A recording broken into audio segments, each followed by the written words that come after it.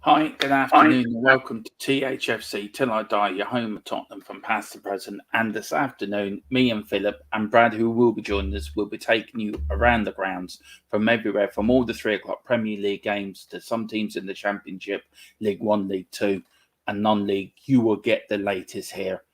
And also you will get the latest on the rugby as well. And Philip, what's happening with Ireland against Italy so far?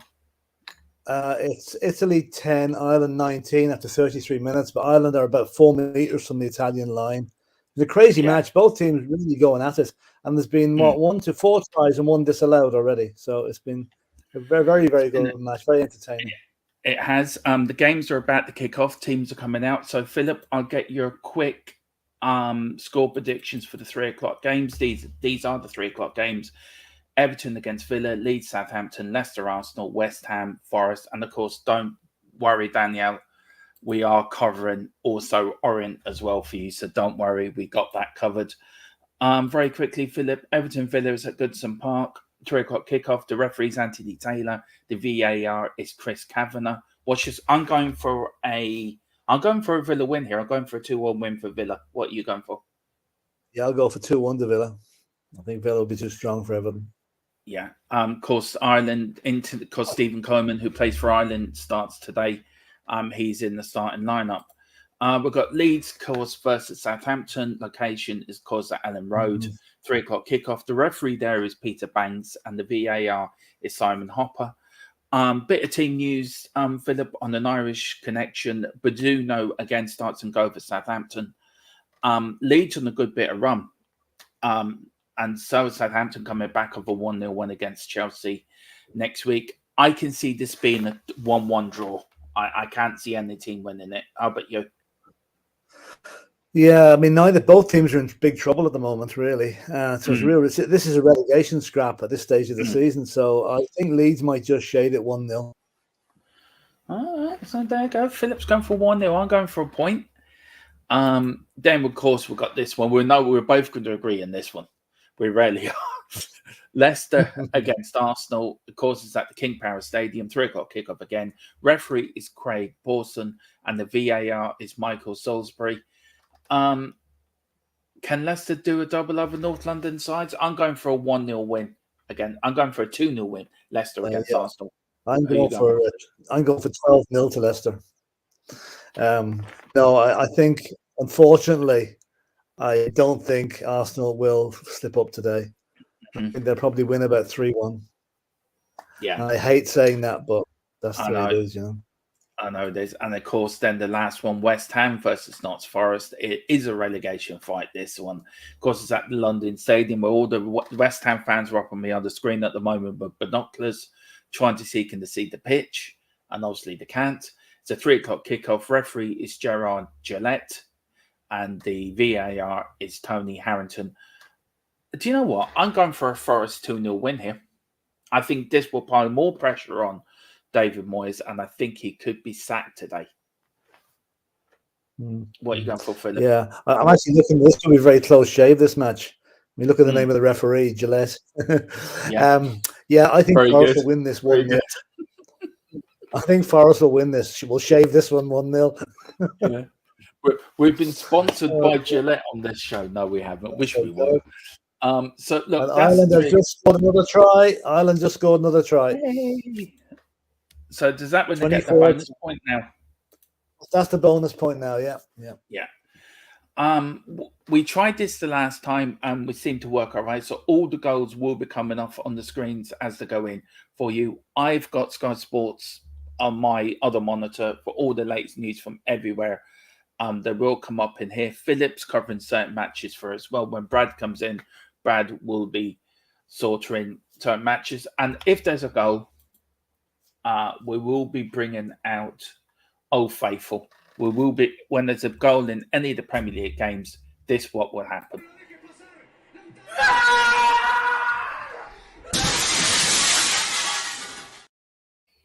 Just for a bit of fun. It never fails to amuse me, that one. No, it doesn't me either. I find that so funny.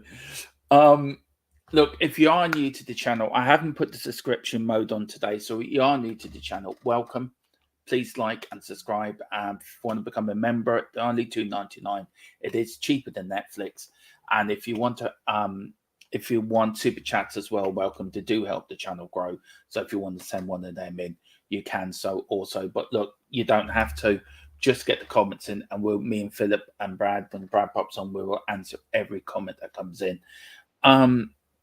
Talk of the devil. Talk of the devil. I love the jam, what you sent me, Brad, by the way. Yeah, when I hung up, I suddenly thought, yeah, of course. Yeah.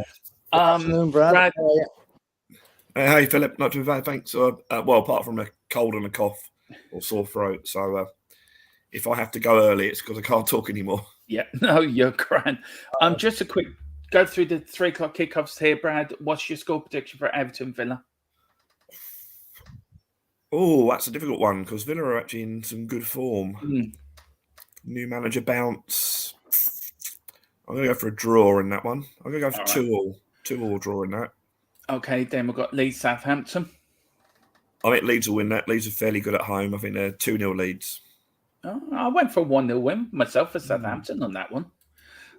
Leicester, Arsenal. 10-0 to Leicester. Oh, gee. I mean, they put us to the sore. Why can't they do it to Arsenal? I think Arsenal 2-1. Yeah. And then, of course, West Ham. As the West Ham wives come out, I don't know if they're the wives or they're the wags of West Ham with 3 little children coming out. I don't know what. There seems to be a minute applause at the moment for something at the London Stadium. I wonder if something to do with a former player or a former.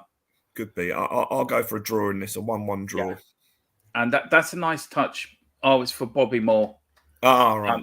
It's the anniversary. I think it's his birthday. 30th anniversary. Yeah. Oh, okay. Yeah. Did you see that thing on Jimmy? And there's an old interview from Jimmy Greaves knocking about at the minute to do with this anniversary. And Jimmy Greaves reckoned Bobby Moore got him into more trouble than any other footballer he ever played with. Is that when he was arrested under house arrest? Taking curfews and everything, you know? Yeah.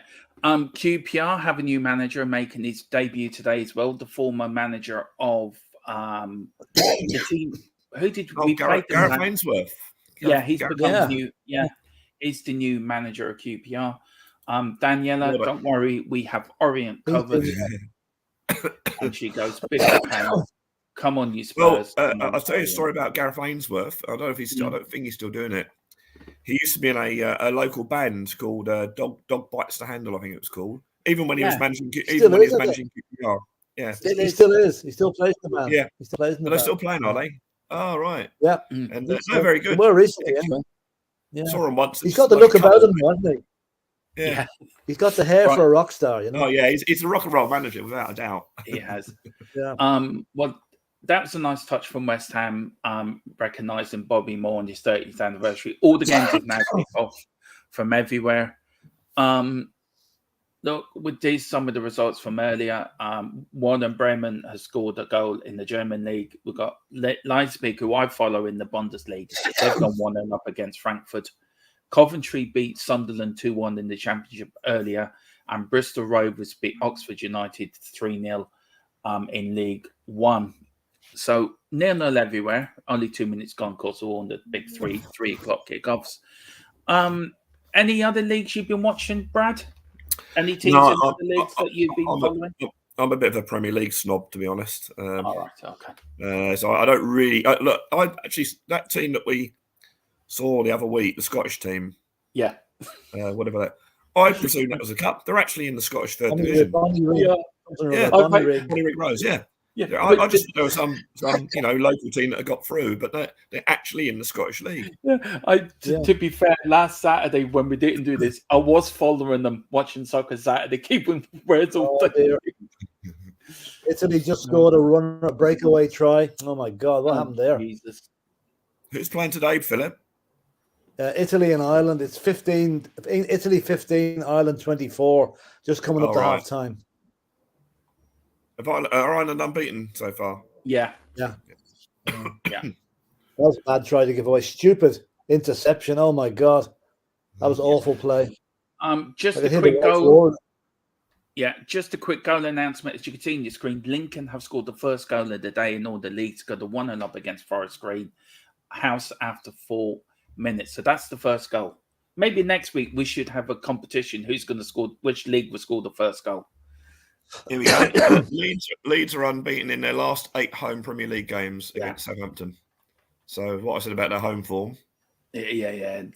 They are good. Burnley playing Huddersfield at home today. Burnley flying in the Championship at the moment. They really are. Yeah. Do you know what? I hope Burnley go up. I really do, because I think they are a Premier League side, Burnley. Yeah. They're a real yo-yo team, aren't they? They keep going up and down, up and down. Interesting to see how they go without Sean Dyche. Yeah, that will make a big interest, yeah. Vincent Kompany is a good manager, though. He's a good manager. I thought he'd be the next Belgian manager, I actually thought, man, after the World Cup, he'd be a shoe-in for that. But apparently Henri's probably not on for that job. But I think they've not appointed somebody already. I thought they had. Maybe they have. Yeah. Anyway, the halftime score in rugby is Italy 17, Ireland 24. Oh, Jesus. But Italy are not a bad side, to be fair. Next week, everyone. Now, listen, I'm a massive Formula One fan. I'm a Formula One nut, as well as my football nut. So next week, Philip, who's never watched Formula One probably in his life, is going to be my co-commentator. As we're gonna cover the Formula One around the grounds next weekend, and then on Sunday we are going to do a live watch along to the Grand Prix. Now we're going to screen it live on here, and as well as Grand Prix Gold, as well. And Philip's going to join me. I've told him to watch a load of Drive to Survive, so we can get up to date on what's happening in the world of Formula One. Dear. Now this could go really well, or this could end up as a bloody disaster. But I don't care.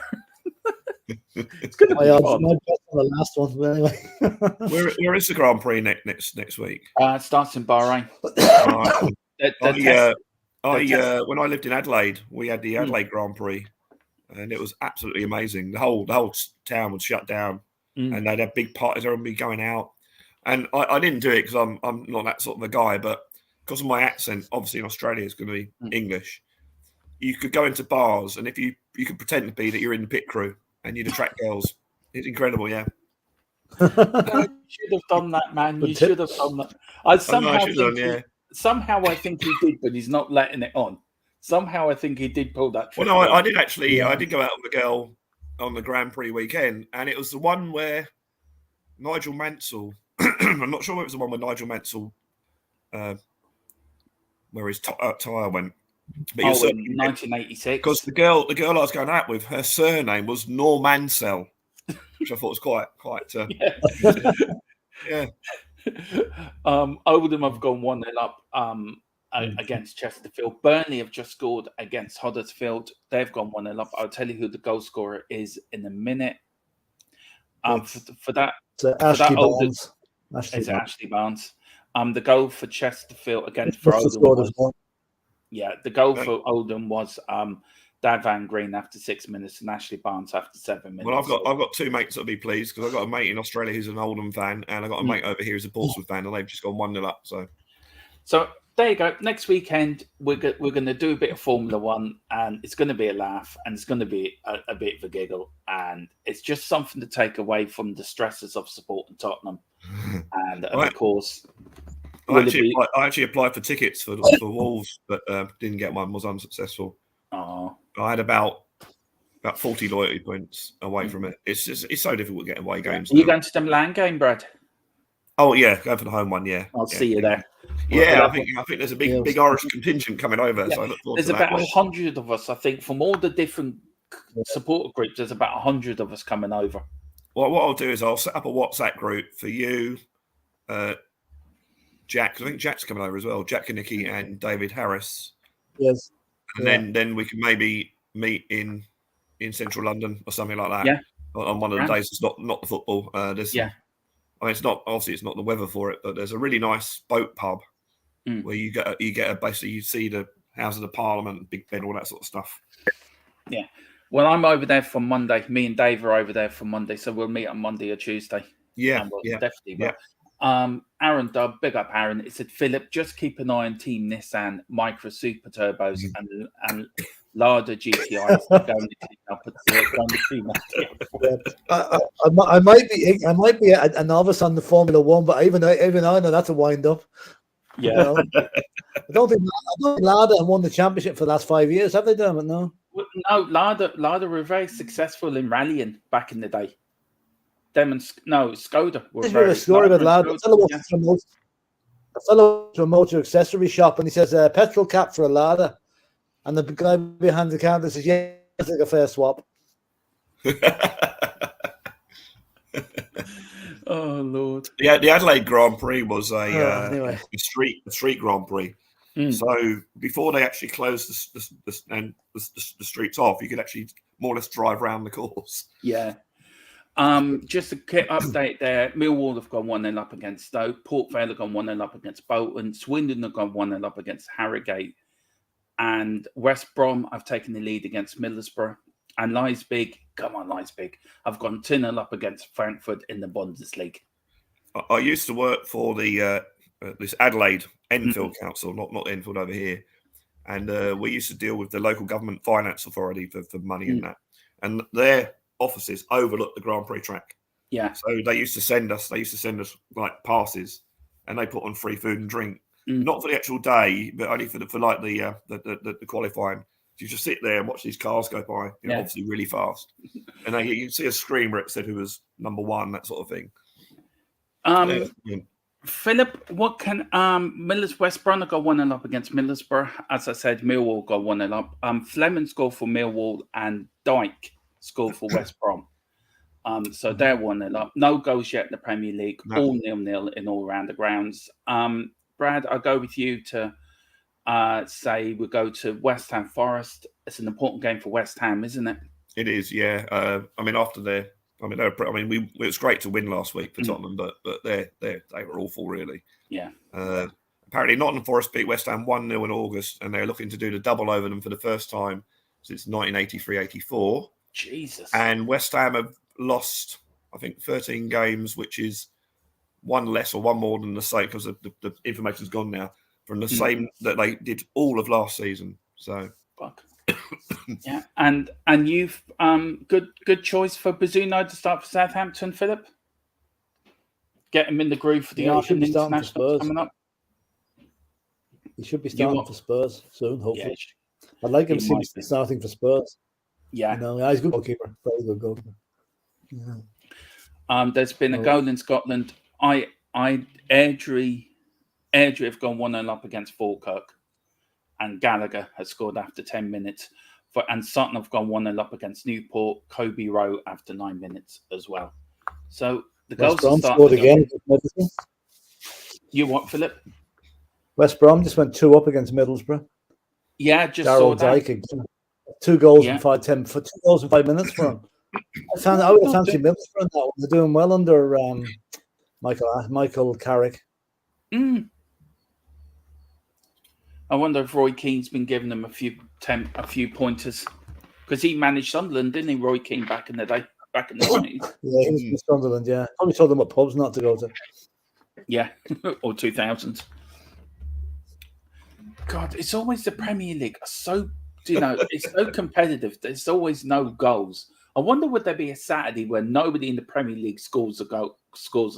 Yeah. Every game ends 0-0. Well, there's only I don't think that's only 4 games today. Well, at 3 o'clock kickoff anyway. So, Maidenhead have gone 1-0 up against Halifax. Ashley, Nathan, George have scored after 9 minutes. I think that's in the non-league Premier League, in the non-league top league for Maidenhead, who are doing quite well in that league actually.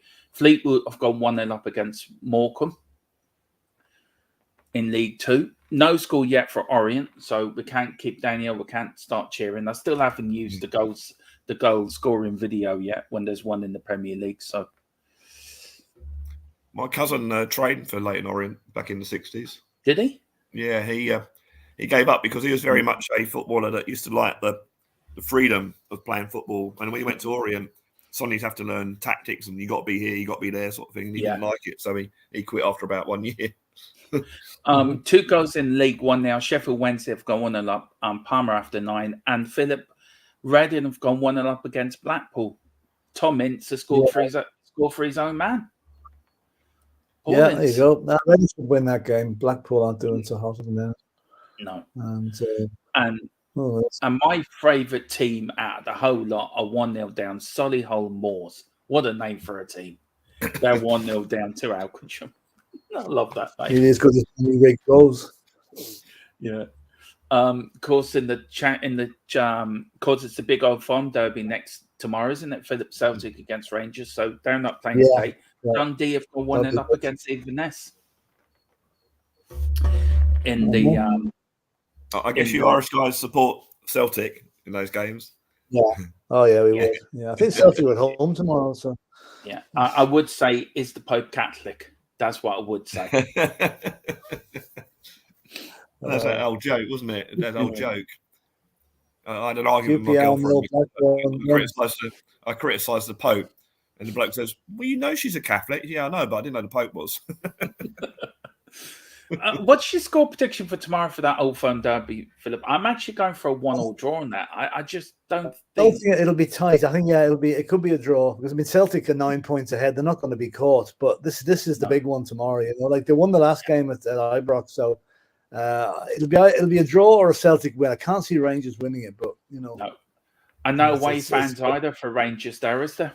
They allow them 700, I think, don't they? 700 fans. Yeah, some very small amount anyway. Yeah.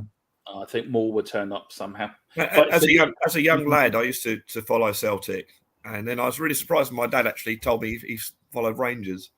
I remember watching Celtic beat Leeds. I think that's the biggest attendance at Parkhead. I think 130,000 people there. Well, that is actually tomorrow's not a league game; it's for the League Cup final tomorrow. Oh right. Oh okay. That is tomorrow. Blackburn are 1-0 up. It's not a league match; it's a cup final. Oh, well, okay, that's a cup final. That could go either way. Yeah, it's at Hampden Park, I presume. That is some rundown stadium, Hampden Park, though, isn't it? They've been meaning to redevelop that for years and years, and they've never have done. Yeah, right. Yeah, it is a bit old-fashioned, all right. It is. They need Daniel Levy to go get it all sorted out for them. Yeah, that's true. Blackburn are 1-0 up against QPR. Sam Gallagher after 14 minutes, and then Ross County have taken the lead, 2-0 lead against Dundee United in the Scottish Premier League. So Dundee struggling at the moment. I think 1 win out of the last 5 or something like that in the Premier League. So they're not playing so well at the moment. And I was in Dundee once. It's the most unbelievable place. The 2 grounds are literally next door to each other. Literally 10 feet apart. It's incredible. Yeah. And they're both playing at home. Dundee United and Dundee are playing in the league, in the Championship, are playing at home. Yeah. Dundee United are away to they're away at have they ever been in the league together? Oh, they have. Yeah. Leeds home form being good, but 4 of Southampton's last 5 wins have been away from home. Yeah. Yeah. Forest are not a bad side. And Everton have lost their last 2 home league games against Aston Villa, and they've never lost 3 in a row against them at Goodison Park. No, that's true. Peterborough have gone 1-0 up against Plymouth, and Barnet have gone 1-0 up against Aldershot, and Carlisle have also taken the league against Crawley. So there's goals starting to go in, but none in the Premier League. All 0-0 here. Has the rugby started again, Philip? No, it's just about to. It's just about to, and yeah. That'll be a bad blow to Ireland, losing a try right on the stroke of half time through a bad mistake. We'll see how they get on. Yeah, please like and subscribe who's watching. It really does help. And please get your comments in. Who are you following? Let me know what you think of tomorrow's game. Oh, he's gone. Berman has disappeared.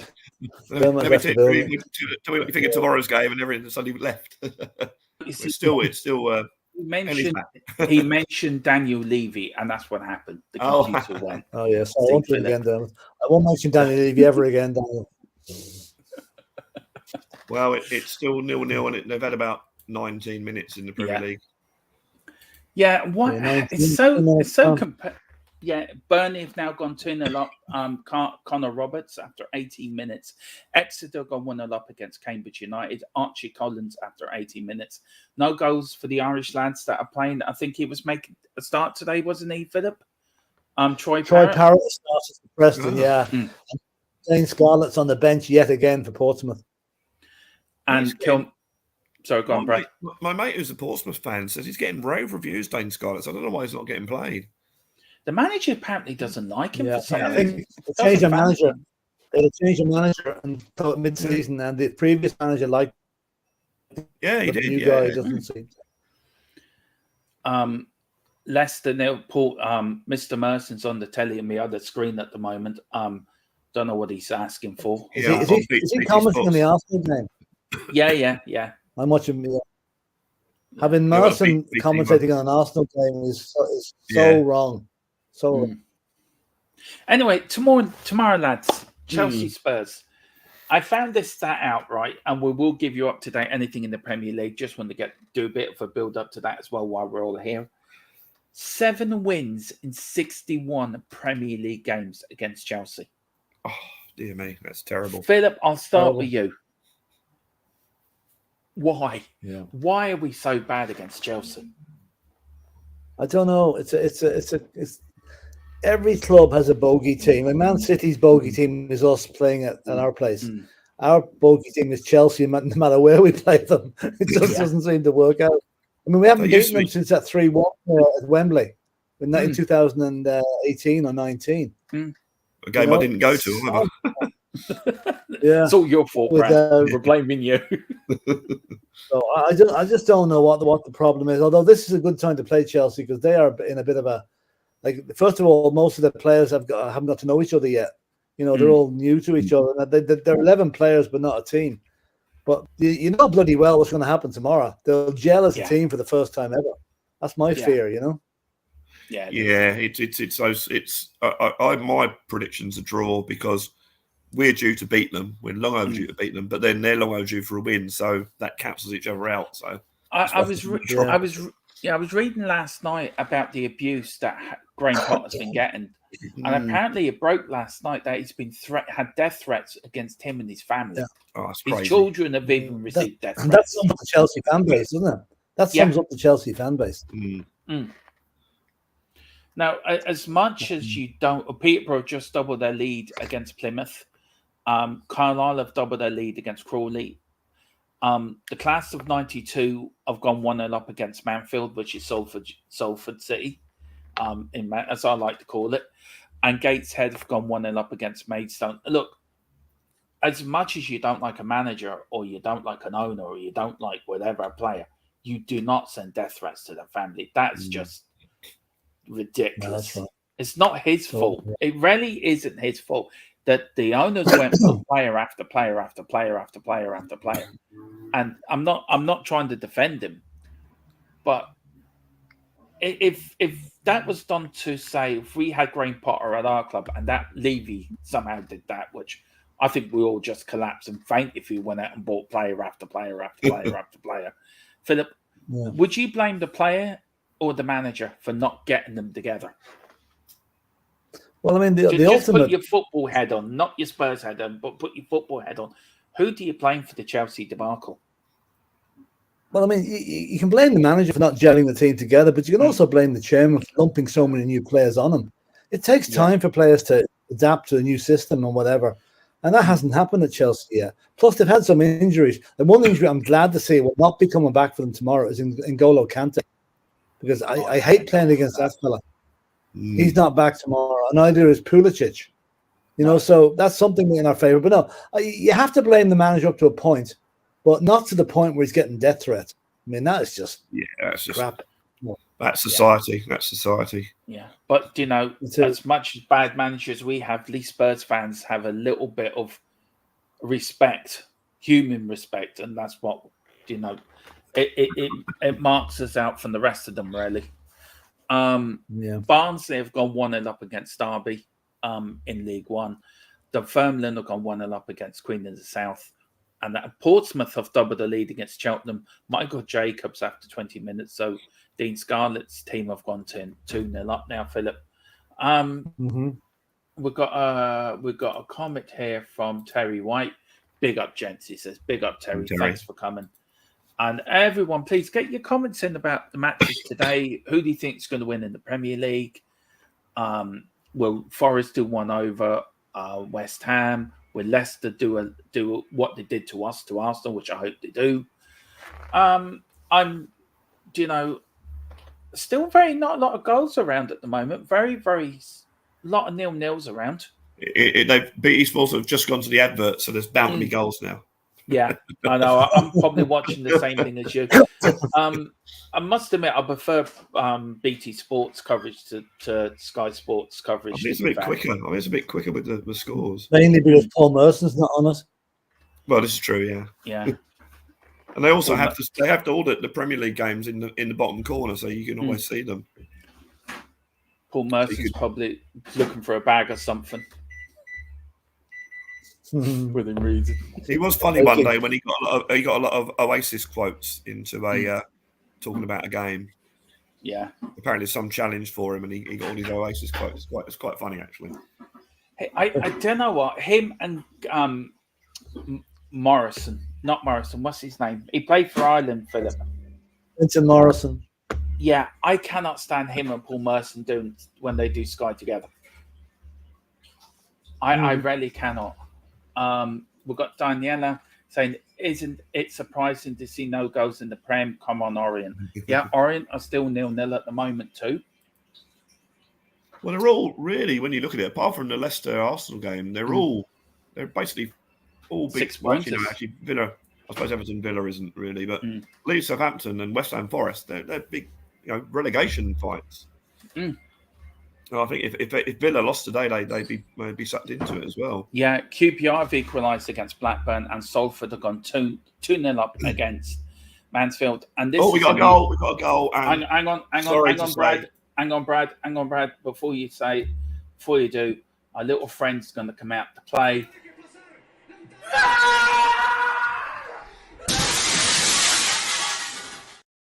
Brad, where's it gone? Unfortunately, it's Arsenal. Oh, Jesus. So, that was a Leicester fan, apparently. That was Brendan Rodgers. Leonardo Trossard has scored, so that's his second goal in 2 games, isn't it? And I've got to do it again for Daniela.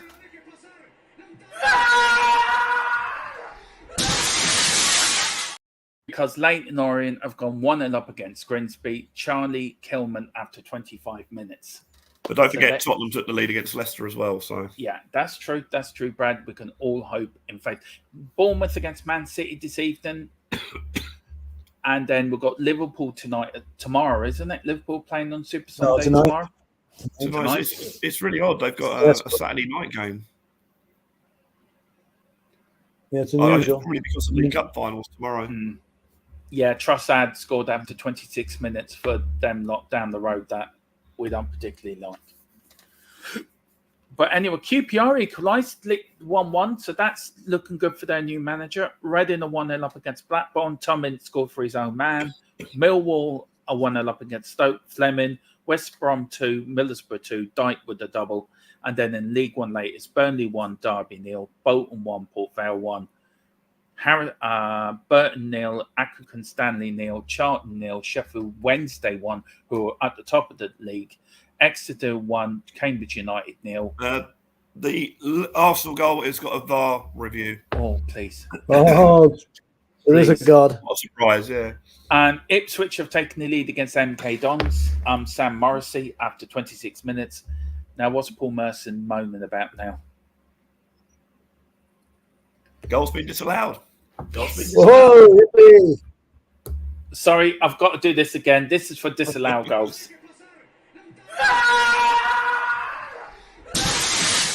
There you go. You do it in reverse with the goals disallowed. Yeah. I wish I could. Any excuse to play that. I tell you one thing, good. Philip and Brad. Portsmouth have gone... the VAR was for a potential foul on Ward by White. And according to Sky Sports app, it's got no goal, and that looks very harsh. So, but who cares, really? I don't give a shit. Portsmouth have gone 3-0 up against Cheltenham, which is very good. And then Southend have taken the lead against Torquay United. Paul Merson apparently has said it was an absolute You can see worldie. the disappointment on Merson's face. Yeah, but Ben White is holding the keeper's arm, so... Wigan have taken the lead against Preston, and Bolton have taken the lead against Port Vale. So that's your latest scores. Has the Arsenal goal been disallowed? Yes, it has, yeah. Yeah, you can see the disallowed behind it. You can see Merson's face dropping when it happened, you know? Apparently the keeper didn't clear it very well from a corner or something, and his arm was being held. My God. Good. I'll have to watch it on Match of the Day to confirm that it's a great decision. Yeah. How's the rugby going, Philip? Well, Ireland are only a few yards from the Italian line again here, so... Yeah. But yeah, I'm so glad over that Arsenal goal. Well, it couldn't happen to a nicer team. Fair play to them. Absolutely. And who's doing the VAR there? I forget who's doing the VAR for he won't be next week, obviously. Hang on. I know the VAR for is Michael Salisbury. Oh, and there's a goal. There's another goal. And this time it's gone. Hang on.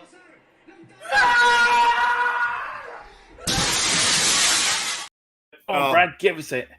Well, the score came up that Leicester had scored, and that's been taken off again. So, who knows? I just love using that video anyway, just for the sheer hell of it. Ipswich have gone 1-0 up against MK Dons, formerly of Wimbledon, when they were Wimbledon. Now they're two separate, completely different clubs. So Wigan have gone 1-0 up, as I said, against Preston. The goal for Wigan was Greg Cunningham. It was an own goal. But nothing's come up yet for the... Paul Merson looks as depressed as a monkey sitting in the tree at the moment. The Arsenal disallowed goals. Apparently, the referee was told to go to the monitor and disallowed it. And the referee had a bit of guts and said, right, you're not getting it. Lego Man will be crying now in his seat at the moment. Bless him. Paul Merson said, VAR, that is unbelievable. They can't see us sending off, but they can see that. It's a great spot, an unbelievable spot. Okay. And Leighton Orient are still 1-0 up at Bondell Park. Killian there, Daniela. After 25 minutes. So Leighton Orient doing very well. Apparently Leicester in the action looks like his dealer hasn't showed up. The Arsenal defence. It's a lovely finish over Ramsdale, but the flag immediately goes up. Not even close to that one. So oh Lord Philip. So still no goals in the Premier League. I'm waiting for half time so I can shut all these windows and get the heat back in. Oh dear. I don't know if you heard what Philip said, Philip. Brad. What? I don't know if you heard what Phillips just said.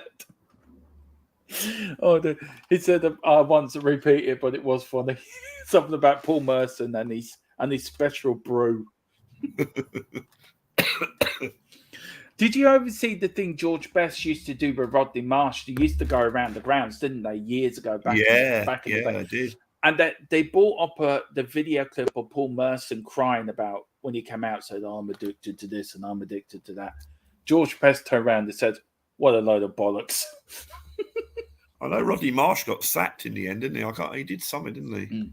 Well, George Best years ago used to have a small bottle of vodka down by his chair. Did he?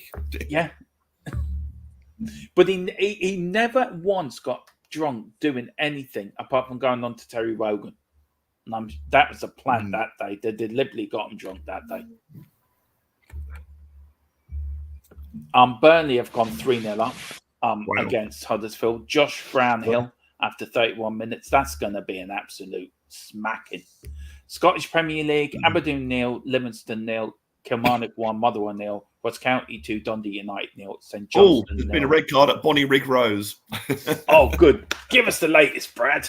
Yeah, apparently Dean Brett of Bonnie Rig Rose has been sent off for violent conduct after 33 minutes. That is now Brad's second favourite team in the whole wide world. Bonnie Rig Rose. And then in League One in Scotland, Airdrie 1, Falkirk 0, Alloa 0, Montreal 0, and Scottish League 2, Albion 0, Anna 0, Bonnie 0, as Bonnie Rig Rose 0, Stonehenge 0, Dumbarton 0, and these come so quick. But the Premier League, Everton 0, Villa 0, Leeds 0, Southampton 0, Leicester 0, Arsenal 0, West Ham 0, Forest 0. That game at Leicester and Arsenal should be called the VAR game. That's what they should rename that. Everton Villa, guys. Are you surprised it's 0-0 so far, or is done? I'll start with you on this, Brad. Has Dean's what's his name? The Everton manager.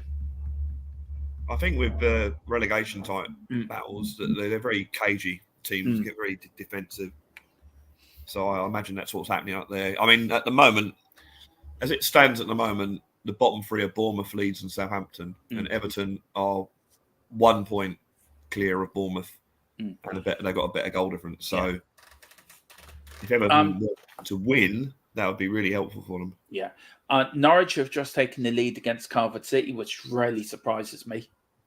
Cardiff on this Norwich playing well, but Cardiff are on a really bad run at the moment, aren't they? That's a great name. Their name, that's a long name of their scorer. Who's that? Norwich. Gabriel Daddy Gomez Sara.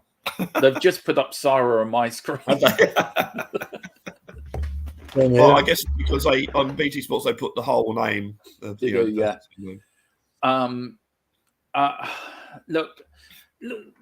know about the Premier League, about Chelsea, right? They're 11 points off the relegation battle. Now, just hypothetical question here, guys. And I'll start with you, Philip, on this, and I'll go to you, Brad. If Chelsea continue, could Chelsea be dragged into a relegation battle here? Nah, I don't think so. No. They will get it right eventually. You know, like I don't see them challenging for the top four, but I don't see them being relegated, certainly. I mean, it's going to be a transition season for them, manager-wise and player-wise. So, no, I don't think it'd be a major shock now if they come anywhere near the relegation zone. Mind you, I'd love to see it. I'd absolutely love to see it. I think there's 15 games to go, and they'd have to do incredibly bad to get pulled down into it. And also, their goal difference is 0. So they're ahead on goal difference by everyone below them, like -10, -10, -20, -5. I mean, Leicester with -5 is the closest to Chelsea. So in goal difference, so it'd be very, very unlikely. Yeah, but you know, I'm surprised to see Chelsea down where they are. Barnsley have just gone 2-0 up against Derby. Derby cannot buy a win at the moment either. Do you know that? What was your thoughts on during the week this white paper to come out, Brad? Me and we talked about it during the week, and I just think again it's governments trying to interfere into some football when the balls and everything else up. What's your thoughts on that? What was it? The white paper? I didn't. It was to do with basically government was going to come in and regulate football. Oh, right, yeah, like they've done many, many times before and nothing's actually happened. Well, apparently this white paper is now coming out that there was key recommendations and everything like this. What's your thought on that? It's probably, and this is my really cynical side, it's probably just part of their, they know that they can't win the next election on the economy. So they're bringing everything else. They're doing culture wars, that sort of thing. And this is probably part of that. Because everyone follows football, so they can get the football fans on their side. by saying, "Oh, we're going to clear it up." But I have to be honest, I haven't really read the report. But if it's to do with that, the thing about football, certainly modern football, is that most teams, certainly at the top, can get around these things. It's like they have accountants and lawyers, and they can afford the best. So yeah, I found it very difficult to see anything will happen. Yeah.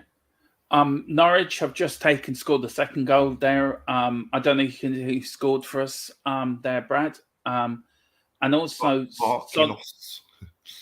Solihull Moors have gone 2-1 down now to Aquadrum now. That's a shame. Come on, Solihull Moors. Come on, you can do it. You can. I'd hazard a guess and say that Marquinhos is probably Brazilian. Who?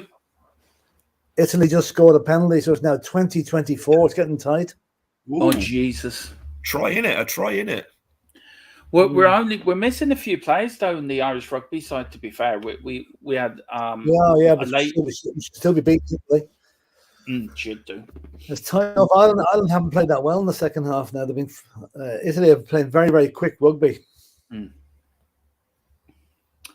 Derby have got to go back. McGodrick has got one back for Derby after 35 minutes there. So it's Barnsley 2, Derby 1. So that's now come. Still no goes in the Premier League after 38 minutes. Plymouth have got one back against Peterborough. Early scored after 36 minutes. So they're now pulled one back. So there's some games now very interesting. Charlton beat 3-0 up against Crawley. What else? Sheffield, Salford are 2-1 up against Mansfield, and Swindon are 1-0 up against Harrogate. The National League, Solihull Moors are losing 2-1. Mayhead are beating FC Harleston. Southend are beating Torquay, and they so go quick when you try to read the scores off the telly. Salford City caught Mansfield have got one back against Salford, so that's going to be an interesting game. Davis Kelleher done after 36 minutes.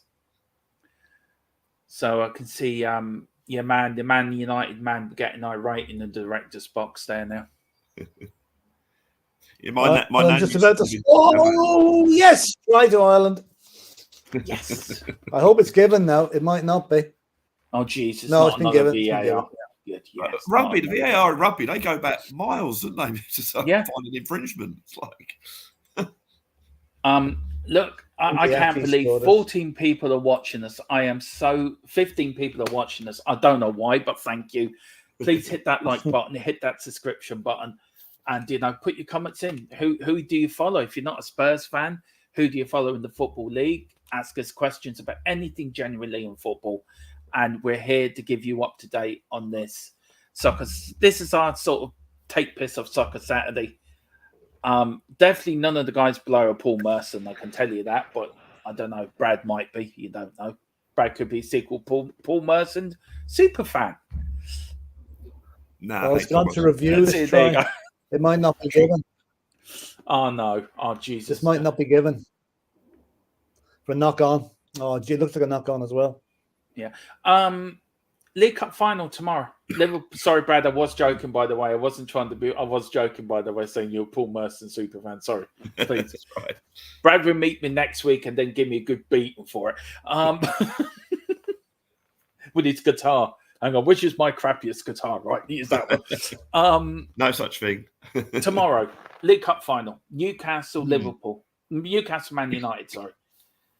I'm going to put it out there. I'm supporting Newcastle. I want Newcastle to win something. How about you guys? Yeah, I'm the same. I'm definitely the same. I Man would United, normally say yes, but try's been disallowed. You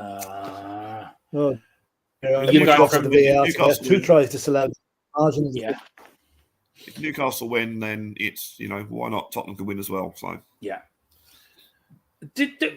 On Man United for a minute, guys.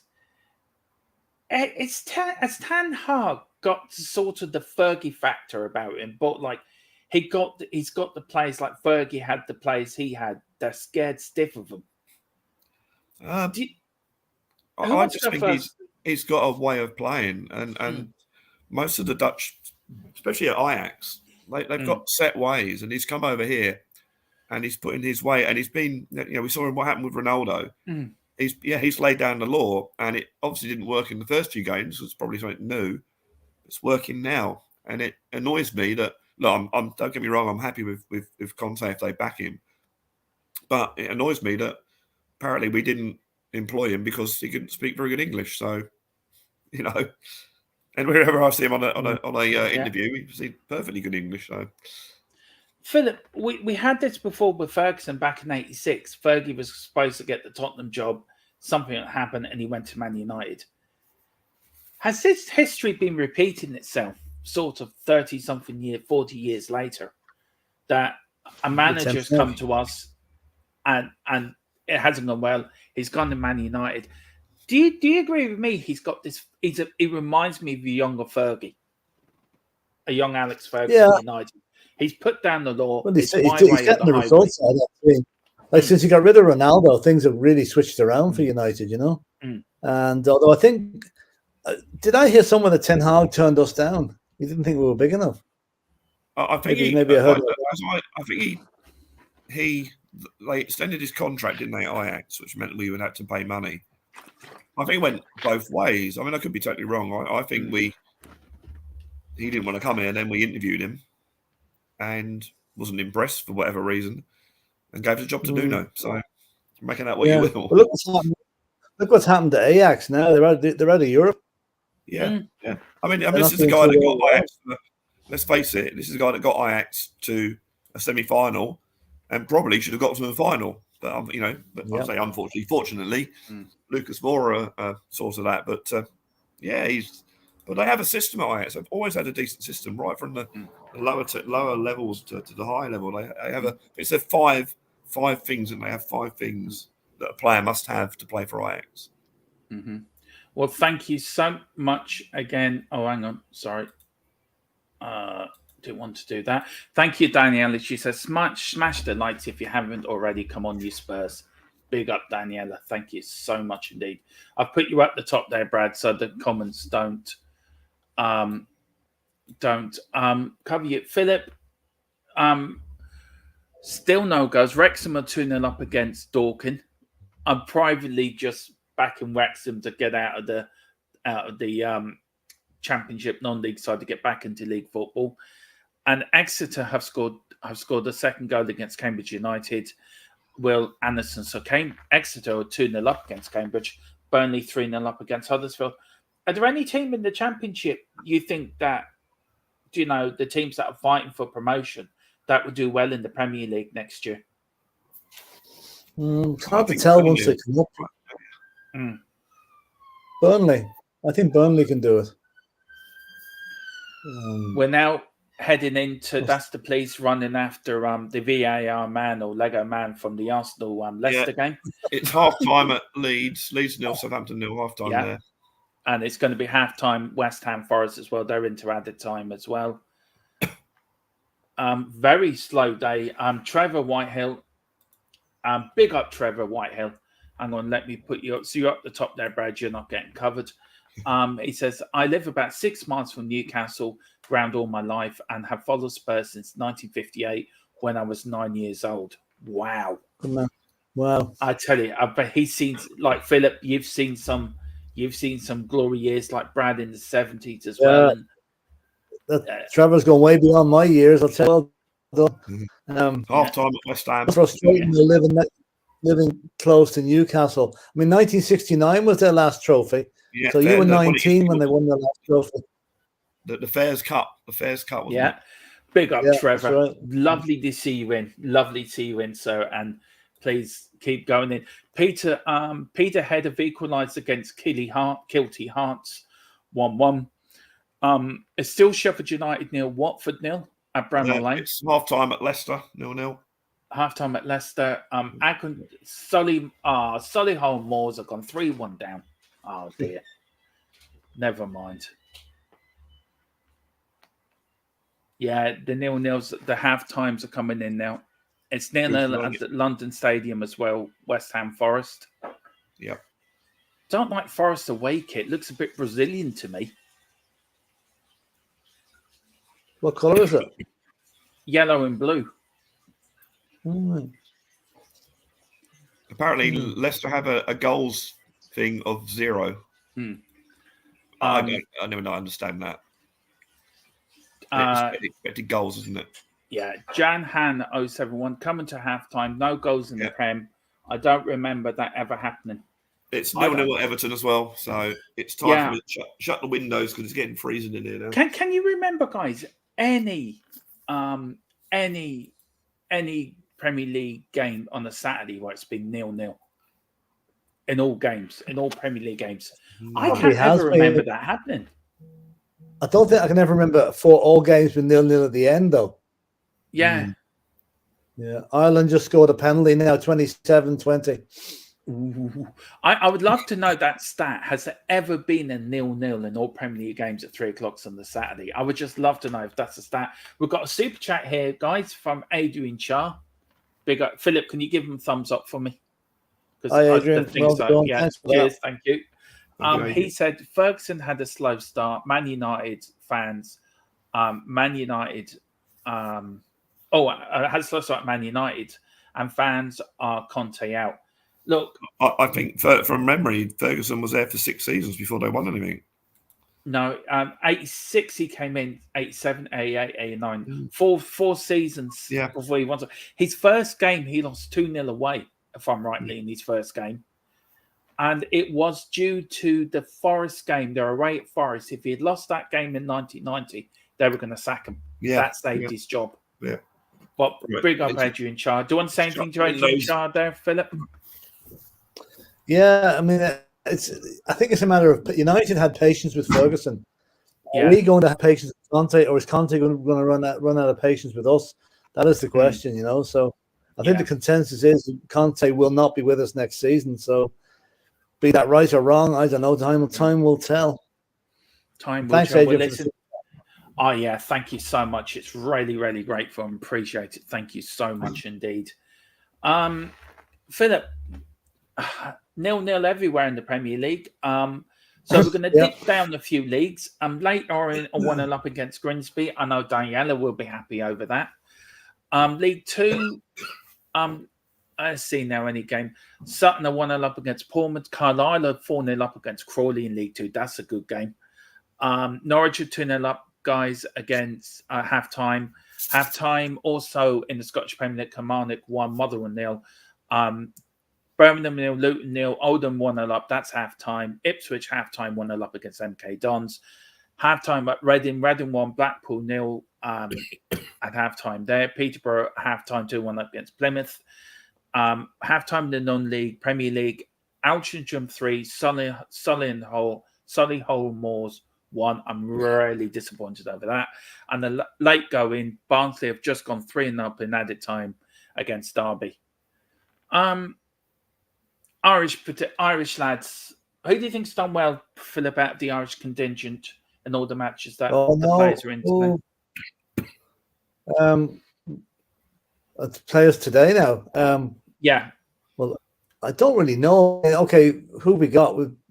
Obviously, Southampton keeper hasn't let anything in. Troy Parrott's team are losing. Scarlett's not playing. Who else have we got? Matt Doherty, is he playing for? No, Coleman's playing for Everton.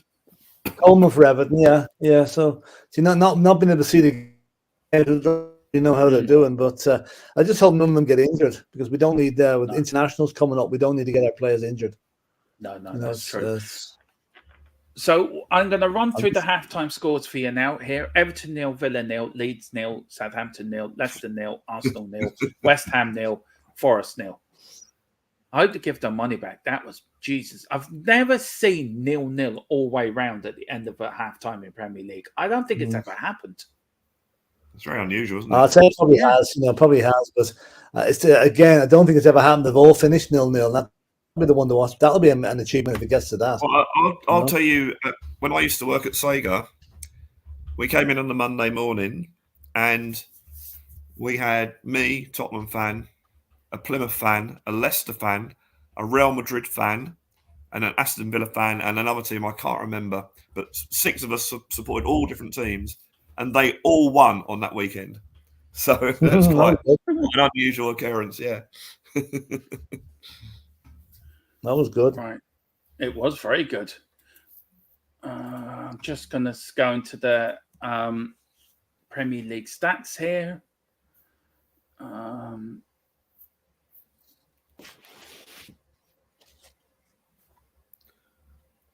Don't know. No, it doesn't say. There's no.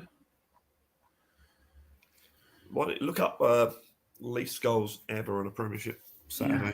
Yeah. Anyway, scored bets championship: Birmingham 0, Luton 0, Bristol City 0, Hull 0, Burnley 3, Huddersfield 0, Coventry City 2, Sunderland 1, Norwich 2, Cardiff 0, Preston 0, Wigan 1, QPR 1, Blackburn 2, Reading 1, Blackpool 0, Sheffield United 0, Watford 0, Stoke City 0, Millwall 1, West Brom 2, Middlesbrough 0. So all a few good games in there. Burnley 3-0 up there, guys. Preston, of course, losing 1-0.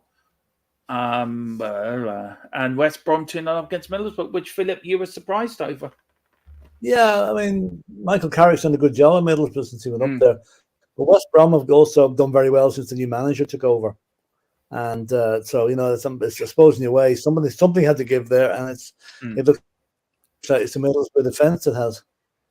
I've got a stat for you here. On the 24th of November 2001, the results from the 3 p.m. kickoff games in the Premier League: Bolton 0, Fulham 0, Chelsea 0, Blackburn 0, Leicester 0, Everton 0, Newcastle 1, Derby 0, Southampton 1, Charlton 0, West Ham 0, Tottenham 1. So 3 goals in 6 games. Three goals in 6 games. Yeah, there you go. Did you ever see the results sheet from, I think it was Box Stevens' day in 1963? There was, I think, about 50 goals scored in the first division. I think Spurs drew 4 each that day. You ever see that one? I haven't. I've seen crazy scores in that game. Yeah. They used to have amazing goal scores in those days, didn't they? Yeah. League One here from the late scores: Barnsley 3, Derby 1, Bolton 2, Port Vale 1, Burton 0, Accrington 0, Charlton 0, Sheffield Wednesday 1, Exeter City 1, Cambridge United 0, Fleetwood 1, Morecambe 0, Forest Green 0, Lincoln 0, MK Dons 0, Ipswich 1, Oxford United, of course, lost 3-0 to Bristol Rovers, Peterborough 2, Plymouth 1, Portsmouth 3, Cheltenham 1, Shrewsbury 1, Wycombe 1. So that was late scores, half times from League One. This article is from the 30th of April 2017, which, if you remember, I do believe was the first time we finished on top of Arsenal since 1995. Yeah, and it's got here the Spurs players. So this is the team we had out, and what a team! I mean, it makes you sick. We had Lloris, Trippier, Alderweireld, Vertonghen, Davis, Wanyama, Dyer, Eriksson, Ali, Son, and Kane up top. Kane was 1. This is the last time Spurs finished above Arsenal was in 1995. Kane was 1. Son was 3 years old. Dele Alli wasn't even born. Eriksson was 3. Wanyama was 3. Dyer was 1. Davis was 2. Vertonghen was 8. Alderweireld was 6. Trippier was 4. And Lloris was 8. So that's their ages. The last time Tottenham at that time. Jeez, that is unreal. Yeah. And number 1 was Oasis, some might say, was number 1. Oh dear. I just don't know. Are you still going to go for your second house? What do you see in the other Premier League games? I'll start with you, Brad. Well, I guess Everton 2, Aston Villa 2 is looking unlikely. I mean, Leeds 2, Southampton 0 can still happen. Yes. Leicester Another 1, try Arsenal, for Ireland. And West Ham 1. So, yeah, my scores could still happen. If you remember last week, or the last time we did this, there's a load of goals in the second half. Yeah, there was. So I guess all results that I predicted are possible still. So yeah. And geez, before we get to you for the try, Philip, the League 2 late halftime scores: Borough 0, Stockport County 0, Colchester 1, Northampton. Colchester 0, Northampton 1, Crawley 0, Carlisle 4 at halftime. That's a cracking match. Crewe 0, Rochdale 0, Doncaster, Bradford, Gillingham, AC, Wimbledon all 0-0. Of course, the mighty Leyton Orient are 1-0 up away at Grimsby. Walsall beating Hartlepool 1-0. Mansfield losing 2-1 to Salford away to home to Salford. Newport 0, Sutton 1, Stevenage 0, Tranmere 0, and Swindon 2, Harringay 0. Philip, latest try. What's the score now from Italy? Score is now 72 minutes gone. Italy 20, Ireland 34. Ireland just scored a try. I don't know who got it now, but it was a try right underneath the post, and they made it an easy conversion. So 8 minutes to go, so that should be enough to see Ireland through. Yeah. Bonus point? Do we get the bonus point? Oh, yeah, they point? got the bonus. That's the fifth try. That's the fifth try, so they have the bonus point. Have England actually played in the 6-9? I know they lost to Scotland, but have they actually played they're playing this evening. They're playing tonight after this. Oh, right. They're playing Wales. They're playing. What's your Wales, yeah. Because that game nearly didn't go ahead. The Wales players were going to go. Oh, that's right. They're going to strike, weren't they? Yeah, that's right. They might wish they had. No offense, Brad. There's a lot of strikes in England at the moment. Well, it's because we've got a shit government. Right, just a question, Brad, and just a question. I'm not trying to be funny here. Does this remind you of the 70s? Remember, there was a 3-day week in the 70s. Yeah, I don't know if you remember that. Yeah, I remember the 3-day week. Does this have the same feeling now like it was then? No, it's actually, if you look at the strikes that are happening at the moment, they're far, far fewer than what was happening in the 70s. Yeah. Statistically. It's just a situation. And what annoys me is that the government they've actually started talking to the nurses, but they won't they won't budge because they're basically playing a game of, we'll wait till the public get annoyed and then they'll be on our side sort of thing. And they, what was I going to say? I lost my train of thought now. That will never happen. Yeah, they keep on saying, like the train strikes. Oh, the poor, people can't get to work. Working people can't get to work and they can't feed about. They never make the point that the train drivers are like, working class people. They want to go to work. They've got families to feed, but they seem to try and push them on one side and say, I was flicking through the news last night, and I always keep an eye on the English politics anyway, because I'm interested in politics anyway. And I saw one of your ministers saying, if people don't have enough food, work longer. Oh, look, they are. That is from a minister of your government. Maybe this is not the right time to talk about it, but they are the nasty party. They have been since they got in 2010. They are the nasty party. Yeah. It's my hatred of them is it's without bounds. It's just some of the things that they say. It's just unreal. But look, we are here to talk football. But it was just, I wanted to just add, because at halftime it's just a question. Philip, the Premier League. Aberdeen 0, Livingston. Aberdeen 1, Livingston 0. Kilmarnock. Sorry, I would just go so quick up. Look, with the rugby. Can I just say three words to sum up? Can I just say 3 words to sum up the British political melee that's on the moment? Jacob Rees-Mogg. Exactly. Yeah. Because that just sums it up completely, doesn't it? It does. But what's happening now is that the unions have got much stronger people leading them now, who are very, very well versed, very intelligent people, and it's not only the it's not only the railway workers, it's the nurses, the ambulance drivers, like the barristers went on strike not so long ago, so it's everyone. Yeah, it is. Junior doctors, But it is take over by Labour if the problem is, I Labour will probably get in the next election, I would say. I think they're 20 points ahead in the polls, but they don't really inspire me much either. So no, that's true. It's an election next year for you, isn't it? 2020. I think it's 2024. Yeah, because 2019. It's an election for us next year as well, Philip. What's that? It's an election for us next year, to be honest with you. Yeah, it could be. Once you no, is it 25? It's due in, I think. It's 25. Just a quick thought also on the anniversary. Oh, the game started. I think Leeds and West Ham have started.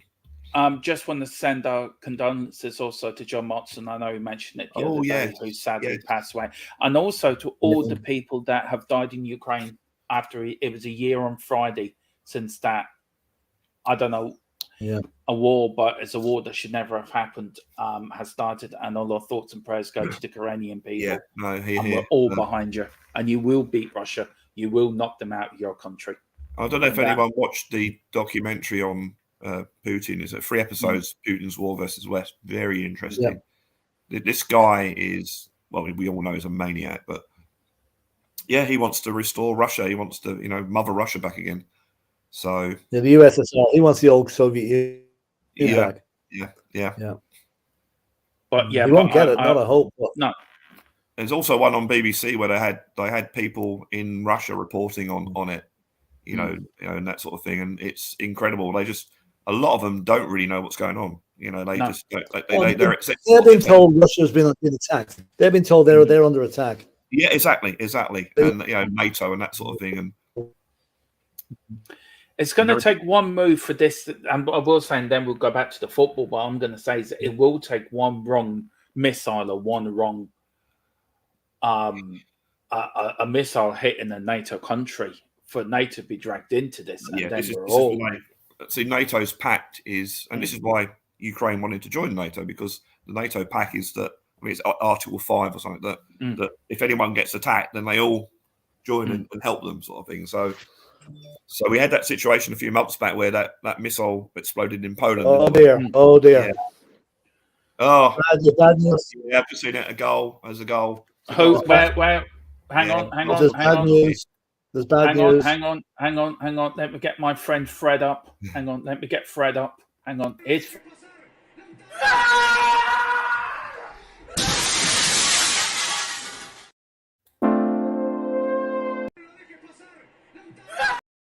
Gabriel Martinelli has scored for Arsenal in the first minute of the second half. Arsenal won, Leicester 0.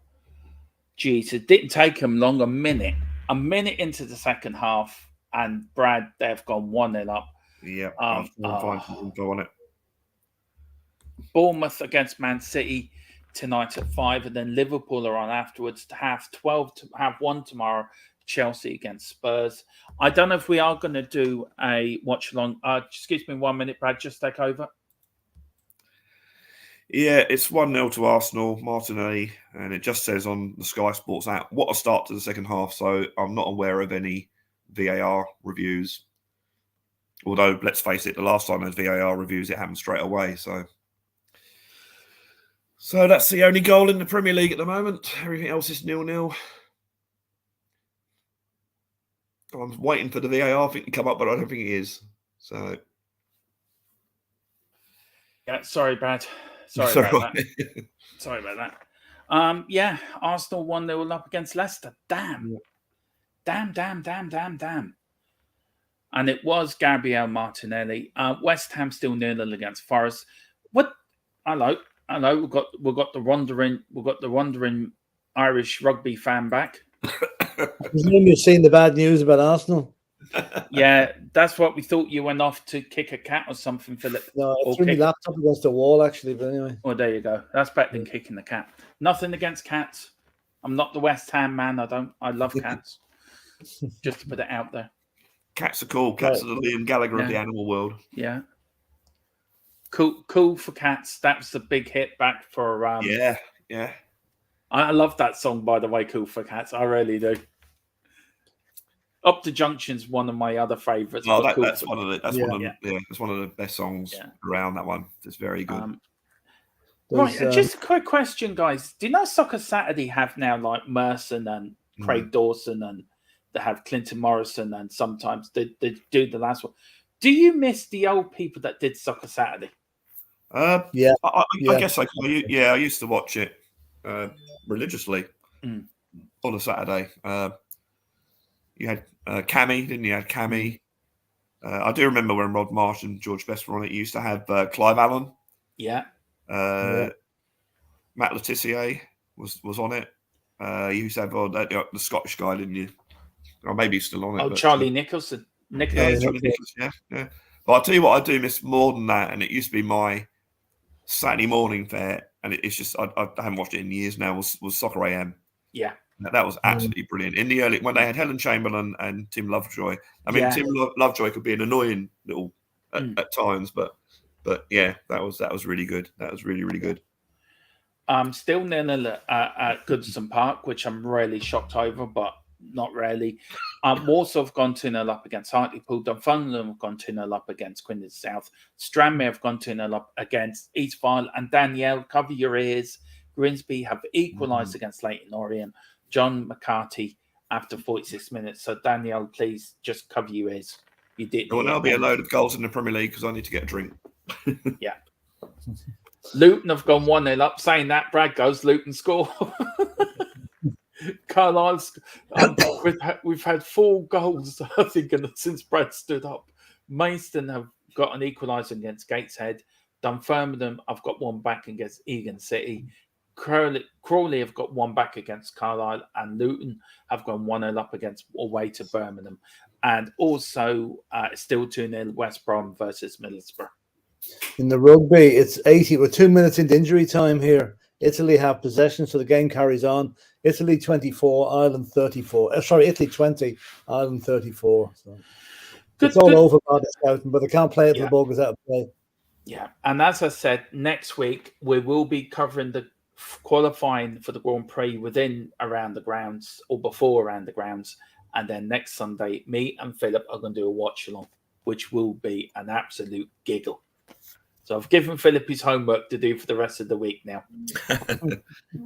He's got drive. You can have a screen with the actual Grand Prix on it. I can. I don't know how to. I will do that eventually. That's going to be really funny, sort of trying to describe it.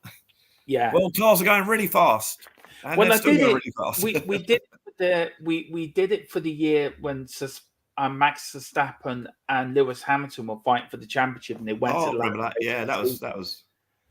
And I watched that Grand Prix. Yeah. That was amazing. That last Grand Prix. I think everyone was into Formula One then, and I think that the end of it. But you probably need to watch that one as well, Philip. There's 3, 4, and 5 series. Series 3, 4, and 5. It'd be hard enough now doing the Premier Formula One. Never mind. I'll do Formula 10 and work at the bottom. Will I start at the bottom? Yeah. I used to watch it when Formula 10 is too young for the going go-karts. Yeah, when Nigel Mansell was driving, I used to watch it quite religiously. No, I watch it. I mean, I've been a fan since 1984. I started watching it when Eric Senna was in his debut season. Wigan are still 1-0 up against Preston. The rugby is over. The rugby is over. Ireland, at least one good thing, Ireland have won. Yeah. FC Edinburgh are 2-0 up against Clyde. Never heard of. And Stephen Warnock has scored on the 51st minute for FC Edinburgh. Not the same Stephen Warnock, though. He's a Sky pundit. Yeah. Listen, I'm going to relocate now down to where I've got a decent internet signal. So I'll be back in a minute. All right, then. See you in a minute, Philip, then. And as Philip goes marching, and see, me and Philip have the same avatars on our YouTube thing. Oh, yeah. Hammer, drink, and a leprechaun. That's us getting dressed up for the AC Milan match. It's a Madrid derby tonight, isn't it? It is, yeah. Clinton Morrison, man. Do you have to wear that jacket? It looks horrible. Is that on Sky? Yeah. I can't get BT Sport. I will do next week. Well, look, still only 1 goal in the Premier League. It's quite shocking. See if I can find. Still 1-0. Mansfield. Salford have got another one against Mansfield, so they've gone 3-1 up. They're in League 2. Falkirk have gone 2-1 up against Audrey. Preston have equalised against Wigan, and that's just happened just now. You can see all the Preston fans jumping up and down with sheer delight. Do you like Clinton Morrison's jacket? No. So the way he was talking, I thought it was like bright yellow or something. No, I don't like the colour. All right. See, you even get fashion tips on this show around the grounds from me and Brad. Maroon. It looks quite smart to me, but anyway. Maybe not my colour. Craig Dawson, of course, Tottenham. I won't call him a legend, but Tottenham star of the past. Michael Dawson. That's the sort of player. And I said this on the Irish Hotspur fan show. That's the sort of player that Eric Dyer should be like. Yeah, consistent. Not the best centre half in the world, but consistent, dependable. Yeah, dependable.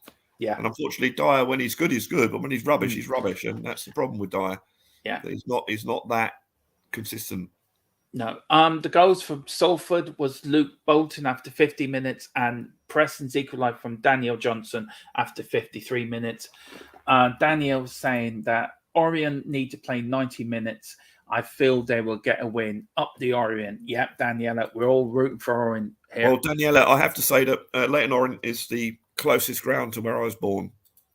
So if you went by that basis, I should be a Leighton Orient fan, but Tottenham is the second closest ground to where I was born. Yeah. And all of our family were Tottenham supporters. So that's why I'm a Tottenham supporter. Yeah. Arsenal is still 1-0 again, the only goal in the Premier League. Martinelli after 46 minutes. Paul Merson looks a lot happier now. I'll switch back to BT Sports. Yeah, he's just moving. He's talking a lot, moving his hands around a lot, and moving his head a lot. Probably talking a lot of hot air. Welcome. All right. Yeah, Any more scores? You must be due for your next holiday, surely. Yeah, again the next week. One day see Milan, aren't I? Yeah. Right. Yeah. Mrs. Brady's got the brochures out already, looking for the next cruise. They're going to go on. Yards away from you now, so be careful what you say. I think the Caribbean's quite nice this time of year, isn't it, Brad? Yeah. Caribbean is really nice. Yeah, Caribbean. They've got some really good deals as well. Really cheap deals in the Caribbean. Yeah, you can. Yeah, you can. Yeah, nice cruises around the Caribbean, Philip. Yeah, it'd be lovely, wouldn't it? Yeah. Oh, dear. Instead of walking the Tottenham High Road instead, yeah. Oh, Jesus, yeah. I'll tell you what, I haven't worked for a year now. Actually, yesterday was my leaving due a year ago. Yeah. All right. And I'm sort of I mean, I probably will have to get a job at some stage. But You might. I like that. I might have to get a job. Just financially, basically. I could live like a king for 5 years and then jump off a cliff or something, but Oh, don't do that, Brad. Don't do that. But it's just your attitude. I might as well get a job in some. Just how you said it was funny. Well, the thing is, now I'm doing this. I remember that when you left. That's only a year ago. Holy God! I know. Yeah. Danielle, really close your ears. Oh, if you find a pillow, hit it. Grimsby have gone 2-1 up against Leighton Orient. Oh no. George Lloyd. I thought it was going to say Charlie George there for a minute. I watched the thing on YouTube the other night. I never realised he played for Derby in their European Cup run of 74-75. Yeah. I knew he played for Derby, but I didn't know. You're right. I didn't know he played in the European Cup run. No. Yeah. Because that's where he. I've actually, and I know a lot of Tottenham fans have had a go at me for this, but I have actually read Fever Pitch, Nick Hornby. And if you take it as a football supporter, it's a really good book. If you take it as a football supporter, and he mentioned that Charlie George was like one of his favourite players, and Charlie George, it might have been against Derby actually. When he scored, he went up to the Derby fans and stuck two fingers up at Derby, and that's really controversial in those days, sort of thing. Yeah. Oh, yeah. Quick scores coming in. Peterborough gone 3-0 against Plymouth. Aldridge 4, Solihull Moors 1. I'm really disappointed over that. I wanted Solihull Moors to win today. They've let me down. Manager must go. Well, whoever your manager, #out. And then Carlisle have got a 5th one against Crawley, 5-1. Preston have gone 2-1 up against Wigan. Thomas Cannon after 57 minutes. And that's Peterborough have gone 3-1 up against Plymouth. And Forest Green have equalised against Lincoln Green. Hamilton have gone 2-0 down against Green Park. Inverness have equalised against Dundee. And Salford have got a 4th against Mansfield. So that's as up to date with the scores. Philip, is now looking a bit pensive because he might be going to the Caribbean on a cruise. And the other thing about that book is that he actually went to his first game around about the same time I did. And his father wasn't a football supporter, but they lived in North London. His father used to go to Tottenham one week and Arsenal the next week, to whoever's playing at home. And it just happened to be that when he took him to his first game, it was Arsenal. So Nick Hornby could have been a Tottenham fan if it had been the week following or the week before. Quick question, Brad. I will ask this for Philip when he comes back. And this goes to the chat as well. You have the answer now. What is there a link between Tottenham, Brian Clough, and Derby County? Yeah. Now, this is for the chat as well as you two. Now, there's a link between Tottenham, Brian Clough, and Derby County. Yeah, I think I know. No, Would that be Brian Clough's first game? Oh, I know that. Was Dave Mackay the captain of Derby when Brian Clough took over? Because I remember Dave Mackay went to Derby and Derby beat us 5-0. And I remember as a kid seeing Dave Mackay like that, going, "Yeah." It really upset me. Go on, Philip. What do you? You're right as well. But what was your? No, mine probably isn't right. It's to do with the link between the Sheringham transfer. Yeah. The other link between Tottenham, Brian Clough, and Derby County is Dave Mackay won 2 championship medals, one with Tottenham and one with Derby County. He also took over from Brian Clough when Brian Clough was sacked to take Derby on to win their second First Division championship. Oh, wow. So there's the link. Blackburn have gone 3-1 up away to QPR. QPR, new manager, having a horrible home debut as thing. We've got Mr. David Clark in the chat. Big up, David. The stream's never the same without you, David. And he says, "Hi from Leicester. Just got back from seeing my granddaughter. See the Scum are beating Leicester. They are. Last night, I watched a video of a match at Old Trafford in 1976 when the Man United ran a very poor Spurs side ragged. They were 2-0 up at halftime, but we beat them 3-2 in the second half. Was laughable how we won." Philip, we're Plymouth have got one back against Peterborough. It's now 3-2. That game's getting pretty exciting. There's a penalty. There's a penalty at Aston Villa. Hang on, I've got to bring my mate Fred up. Where's Fred? Got to get Fred ready. Where's Fred? Right, Fred's ready to go. So where's the penalty? It's for Aston Villa, I'd say. Is it Villa who got it? Yeah. It's got penalty and it's got Villa in big letters. So right, okay. That would give the game away. Yeah. Oh dear. If you are enjoying this, hit the like button, hit the subscription button, get your comments in. And if you're not a Spurs fan and you're watching this, please let us know who you're supporting and where you're watching from as well. It looks like VAR are involved. Oh Jesus! Yeah. Well, this will take about 10 years. Peter Walton is doing it. Have I got time to make my dinner, make a cup of coffee, dinner, and dessert, and then come back? They were still talking about it. Well, time to do the washing up as well, I think. That's something I've got to do after I do the shows, the washing up. Queen's Park have gone 3-0 up against Hampton Academical. Ross County are 3-0 up against Dundee United. And it scored. Ollie Watkins has scored the penalty. So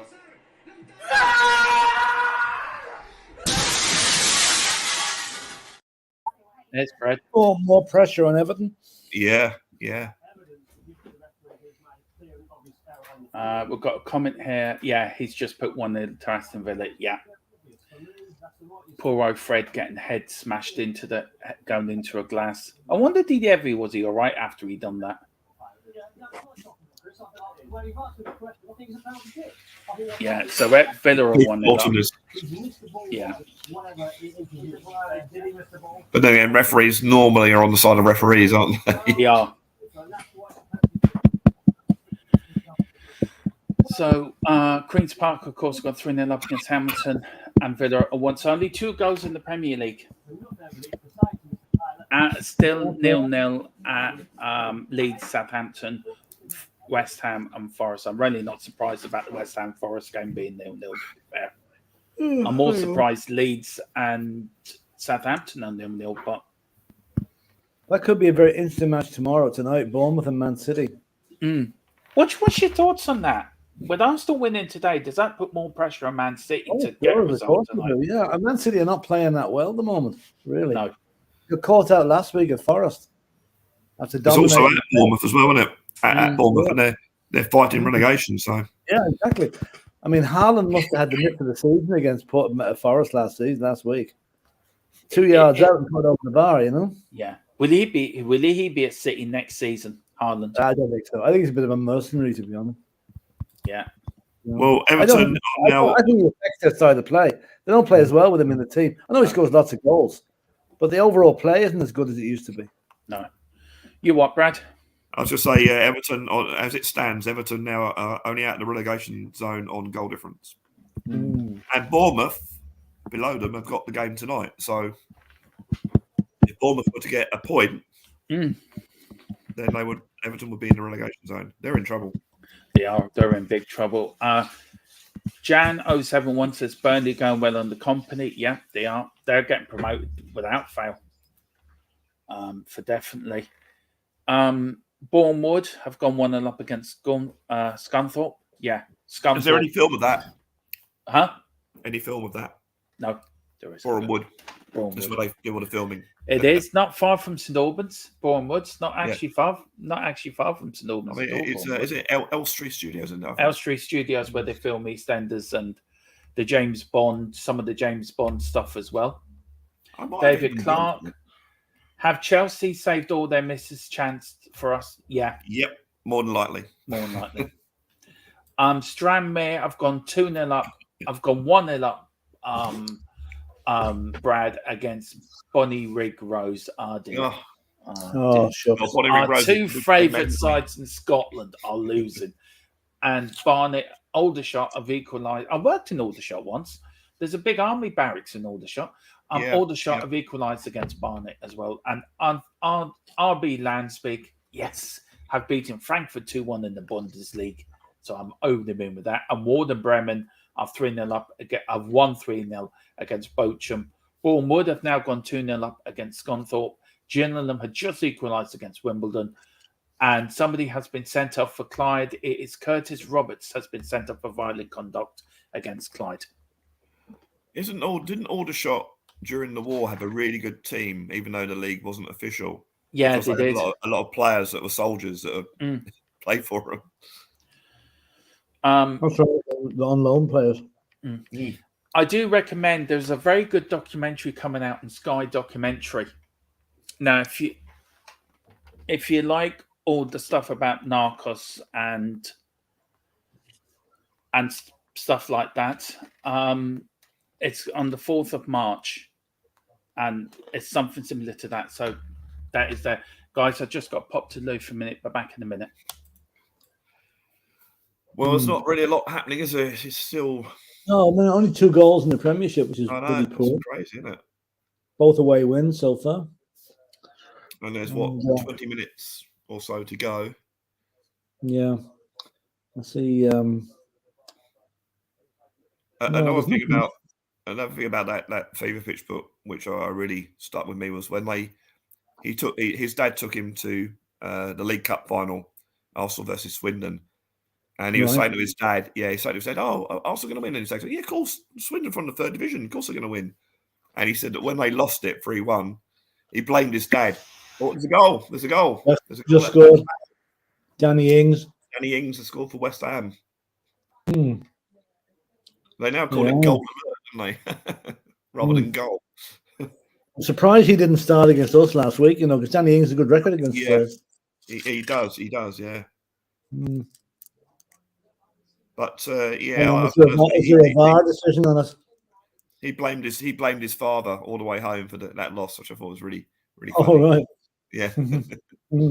I remember that. I do remember that. My best mate at school was an Arsenal fan. I think he actually went to the game. But I do remember that. Don Rogers That's scoring, right. wasn't it? Don That's Rogers. right. That's right.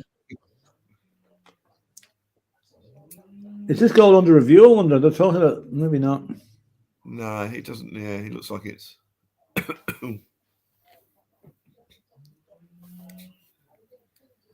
Oh. I'm trying to hear what they're saying here. 20 minutes to go. 3 goals in the Premiership. They're checking it. I'm checking it. Yeah.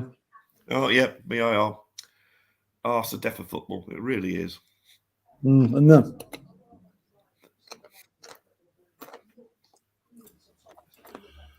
Right. Must be for West Ham scored. You're away. I know. I've got to do Fred. Where's Fred? Hold on. No, it's on the VAR review. It's on the VAR review. I'll get Fred ready. Just it in says case. That he looks level. He looks level with the defenders. That doesn't mean anything these days, is it? Danny Ings after 70 minutes. West Ham 1, Forest 0. Everyone, here's Fred. The VAR.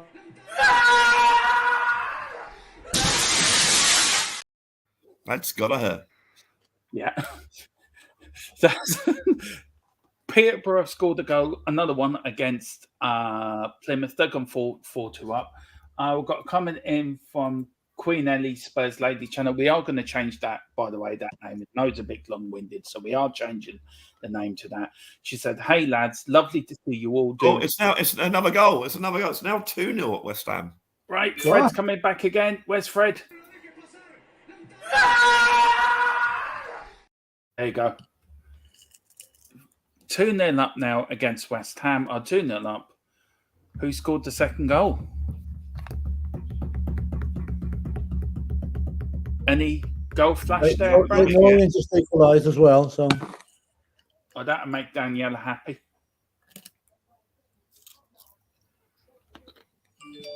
Bristol City have gone 1-0 up against Hull. Barnet have gone 2-1 up against Goal scorer for Reading. Is that the Andy Carroll? Yeah. Yeah. Plays for Paul Ince now. Still haven't So come up with Danny Ings got the second goal as well for West Ham. Yeah. It's come off the bench and become an instant Hammer hero. Yeah, I know. West Ham must be a retirement home for decent strikers, going all the way back to Jimmy Greaves. Yeah. They take everyone else's cast-offs. Yeah, Andy Carroll, of course, Newcastle, Liverpool, ex-England international, has scored the 70-minute penalty. Tom Ince, who scored the first goal, who is Paul Ince's son. Bradford have gone 1-0 up against Doncaster. Leyton Orient have equalised against Grimsby. George Moncourt after 68 minutes. And there we go. Danny Ings, 73-minute. West Ham 2, Forest 0. Jesus, every time I see Paul Merson, I don't know. Please, Leicester, equalise. Do us a favour. Just equalise. Well, Sorry, the thing is that West Ham 2 points clear of Bournemouth. If Bournemouth win tonight, Bournemouth go above them. Yeah. So it's crazy. That relegation battle is going to go to the last game of the season, you know. I reckon you could be right, yeah. So I think our last game of the season is away to Leeds. Yeah. Now, on that, we will be doing like around the grounds on that last day of the season, but it'll be all around the Premier League because I'm sure if I don't know if Tottenham will be on television, it might be we will do a watch. I doubt it might. I guess it depends on how the title's going. Really, if the title's all done and dusted, they might go to Leeds. If it leads, that Leeds Tottenham could be a totally meaningless game. Yeah. But if not, then we will be doing the sort of all the grounds Premier League. And we've got plenty of content coming up in the close season as well. We're going to cover the Women's World Cup. We're going to cover more Formula One. And by the end of the season, Philip the Godfather will be a Murray Walker type Formula One. He'd be shouting, go, go, go, go. More like a Murray Mint. So we've got lots of content. We've got Golden Games and everything coming up in the close season. But we've got lots of plans coming up. We've got Ellie saying, can you ask David to go and have a shot? Can you ask David to go and have a shot on goal, for God's sake? Has just checked the state and they had no shots. What are they playing at? It's against us. They slammed in 4. Yeah. Well, only need one shot, don't they, to go in? And so there you go, Ellie. It only needs one. Who knows? Falkirk have gone 3-0 up against Airdrie. Tranmere have gone 1-0 up against Stevenage. Borough taking the lead against Stockport. Reading have now gone 3-0 up against Blackpool. Tom Ince again getting his second of the game on 72 minutes. Gillingham have taken the lead against AFC Wimbledon. They've gone 1-0 up on Shear Alexander after 66 minutes. Sorry, Brad. Sorry, I didn't mean to say anyone out there. I know probably you guys probably won't be, but anyone that's a cricket fan, try and check out Harry Brook, England batsman. He is absolutely brilliant. I watched him yesterday. Unbelievable, wasn't it? Oh, it's wonderful. I think he's had 11 innings and he's only failed to score 50 in 2 of them. And now there's a watch along, lads. We could do a 2020 watch along. Well, your man Brooke was playing like it was a 2020 yesterday. Yeah, he was. Yeah, he just totally unfazed by anything. Yeah, I see. New Zealand were 70 something for 5 or 100 something for 5. Yeah, 7 wickets down. I mean, England. 7 wickets down. Yeah. I watched the start. My battery's about to go, lads. I just need to go and get my charger. I'll be back in a sec. Oh, yeah. Okay, go back. Yeah, okay. Yeovil have equalised against York. Crew have taken the lead against Rochdale. Barnsley. We've got a goal. Barnsley. We've got another goal. Oh, hang on. Fred. Where's Fred? Fred's coming.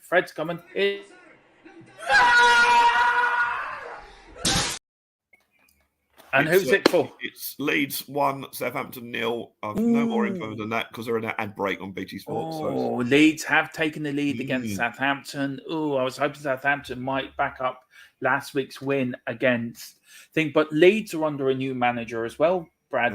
Leeds have got a new manager. Oh, and another goal at West Ham have now gone 3 up. Oh, bollocks! So. After a boring first half, I'll tell you what, I'm just going to put Fred up again now.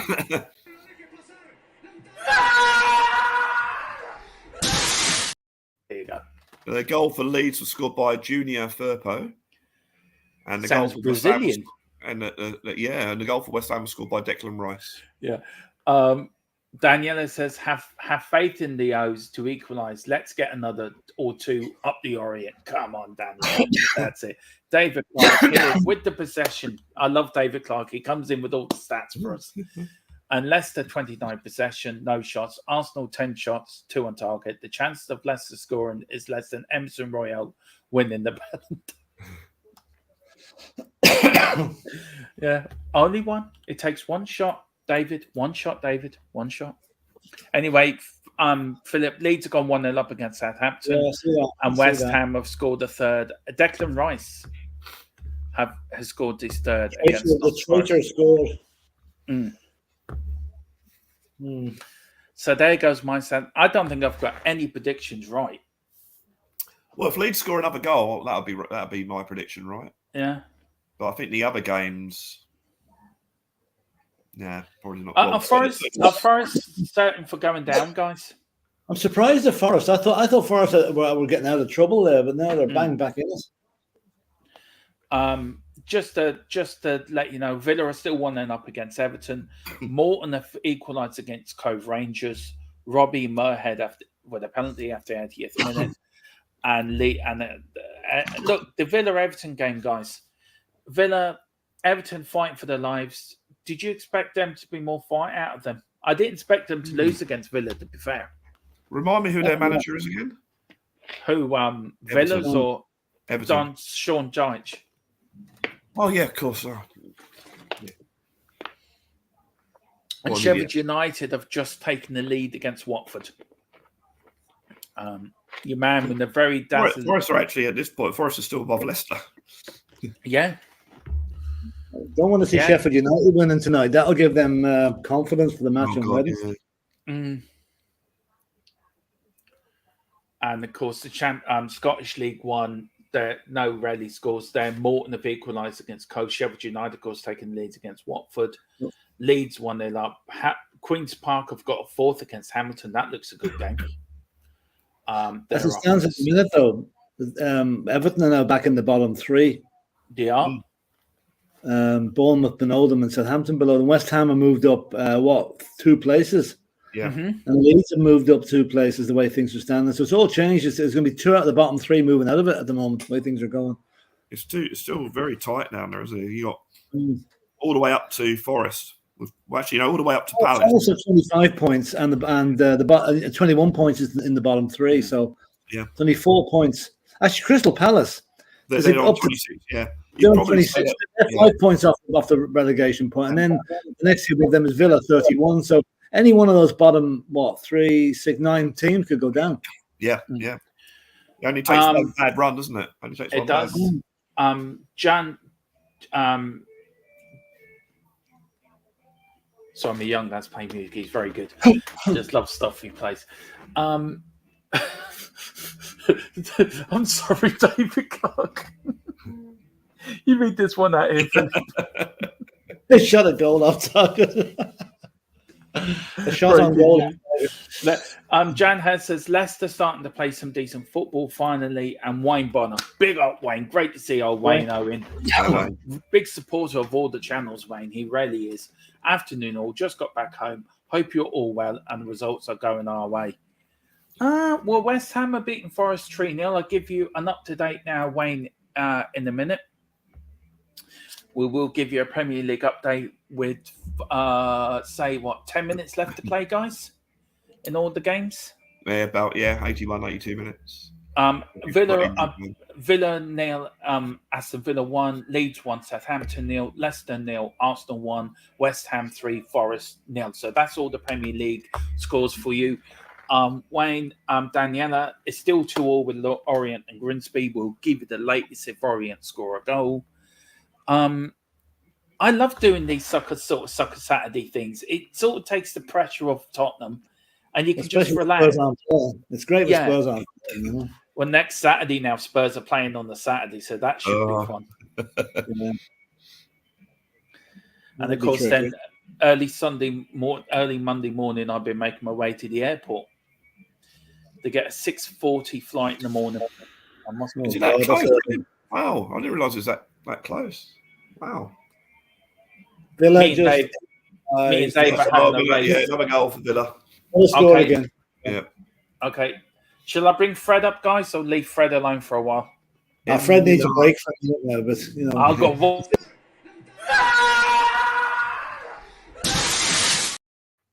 I'm sorry, Philip. What were you goal saying? scored by If Leicester scored, put them out the window twice.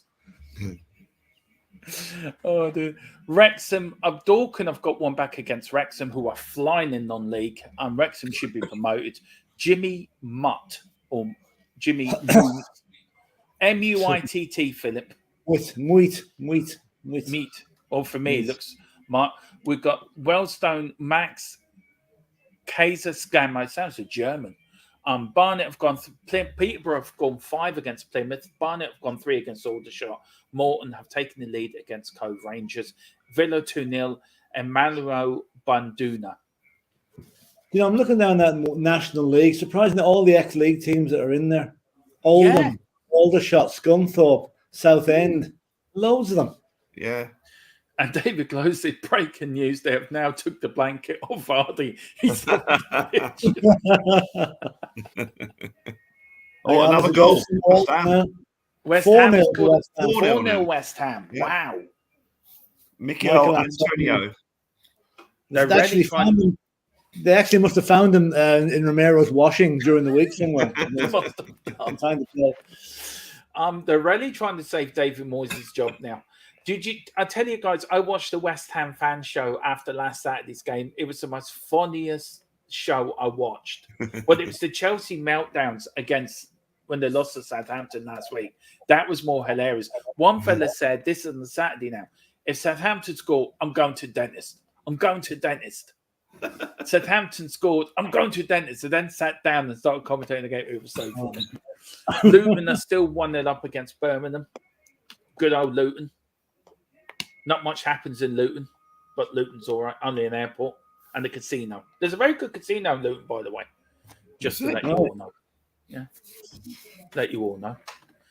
Luton's very popular for a few other things as well. There's 2 red light areas that I've never went down them, but apparently there is. And a good casino and an airport. So there you go. That's all happens in Luton.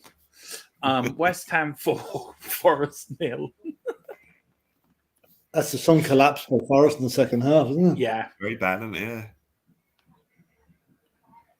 And for because Villa have gone to 2-0. I'll tell you one thing. I want to ask you two a question about Everton. If Everton got relegated, do you think that might be the best thing that would happen to them?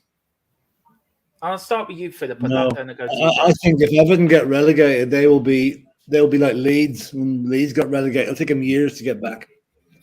I just think the ownership structure is not good. They have a lot of debt. And I see Pickford just signed a new 4.5-year contract this week. Really? Wow. Foolish, I would have thought now. But anyway. No, thank God he can't come to us now. Thank God for that. Unless they plan on selling him, they get more money, wouldn't they? Yeah, maybe that's what they want to do. I think they've got some decent players, but they won't have them. If they get relegated, they'll be off elsewhere. Breaking news. Leicester's had another shot. No, sorry. It was a shot in Vardy's arm. I love alive. Keep breaking news coming, David. Keep the breaking news coming. Listen, if you are enjoying it, it's your first time watching Thfc Till I Die, hit that like button, hit that subscription button.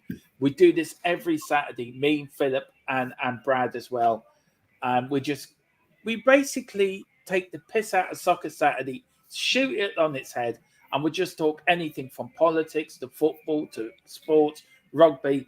And then when people score, we give you the very latest. Like Salford have got 5 now against Mansfield, away to Mansfield, guys. Theo Vazel. What a name. Theo the real Vazel. Manchester team. Yeah. I see BT Sports keep the impartiality meter at 0. They have Martin Keown covering the Arsenal match. Yeah. And Scott Merson covering the Arsenal match. How ridiculous can you get? VAR review at the West Ham game. So, I mean... Must admit, they had Glenn Hoddle on last week at BT Sport, I must admit. Yeah. How can they have a VAR review 3 minutes after the goal's gone in? It's crazy. Who's that against now? The West Ham goal, West Ham fourth goal. VAR review on it? Yeah. Oh, my God. Torquay have equalised against Southend. Swindon are 3-0 up against Harrogate. Salford, of course, and our men have gone 1-0 up against Albion. Never heard of them. Some team in Scotland. I'm just looking. There's the Bournemouth side. Yeah. 9 people at the back.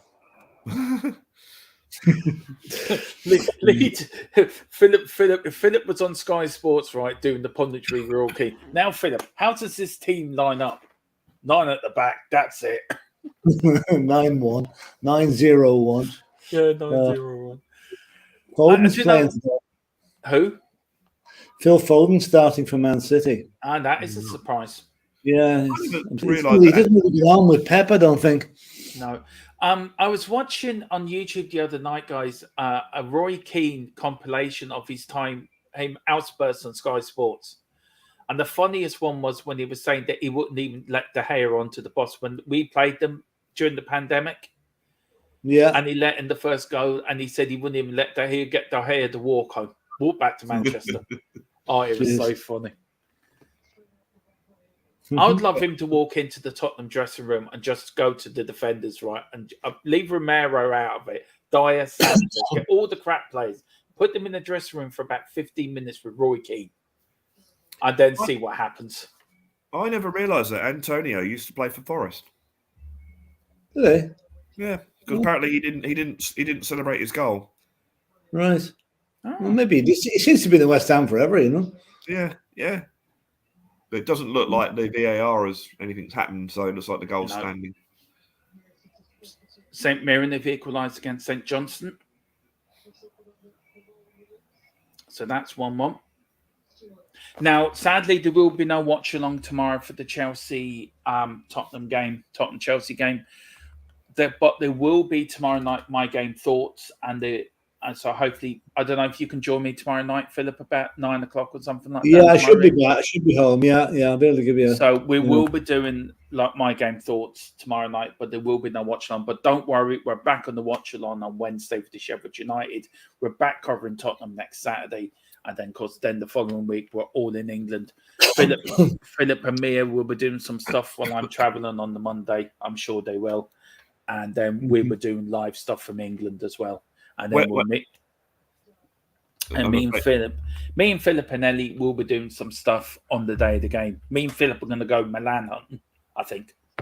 We're going to go to a Milan fan. This is the Godfather. So that might get us into their good books. I think I'll keep away from the Milan fans. Those guys can be a bit dangerous. Well, if you tell them you're the Godfather, Philip, what, they're going to get down on their hands and knees and start bowing to you? No, they start talking. West Ham scored 4 goals in 15 minutes. Wow. Yeah. All West Ham fans are getting all cheery now, thinking they're back. But they're going to qualify for Europe again. Yeah. My son's down at the King Power, and the only time Leicester won against Spurs was that chance. What's the chance? I'll tell you what, though, that West Ham have now got goal difference of -6. So they're a lot better than the other teams around them. So those 4 goals could be very handy. Is our FA Cup game against Sheffield United live on TV? Yes, it is. Yes. It's on the BBC. But what you do is... kickoff. A 7:55 kickoff, which is strange. Or an 8 o'clock what you do is you put it on the BBC, you turn down the commentators, and you let me and Philip take you through the match. That's just what you do. Yeah. We're the new John Motson and Trevor Brooken of the watch-along world. And the kickoff is at 5 to 8 for some weird reason. Do you know, isn't it funny? I was just thinking last night about John Motson. He's been the commentator for my all our lives, but especially for my childhood. Yeah. It was always John Motson and Trevor Brooken. Yeah. I was having a chat with my mum this morning. And it's like, basically, as you get older, your childhood starts dying in front of you. You know, it's really true. Weird. Yeah. It is so true. I mean, Preston have got a second now against Preston now, still winning 2-1. But yeah, I mean, we know Barry Davies was a Spurs fan. I love Barry Davies as well as a commentator. But I always felt Barry Davies was a bit elbowed when it came to the commentary with him and John Motson. Or do you think, where do you stand in that? I'll start with Philip and then you to Brad. Where do you stand on the Motson-Barry Davies rivalry? Where do you stand on that? Well, I thought they were both equally good commentators. I think the BBC tried to spread it out and gave them much equality as they could. But I think there was a bit of favoritism. Yeah. Now, and I just can't remember which one was getting the favoritism, to be honest with you. I think Motson was seen as the senior commentator. Yeah, I think you're right. I mean, they're both excellent commentators. The other way, yeah. Although Barry Davies called him Solskjaer, didn't he? Solskjaer, didn't he? Called him, or Solskjaer or something. Yeah.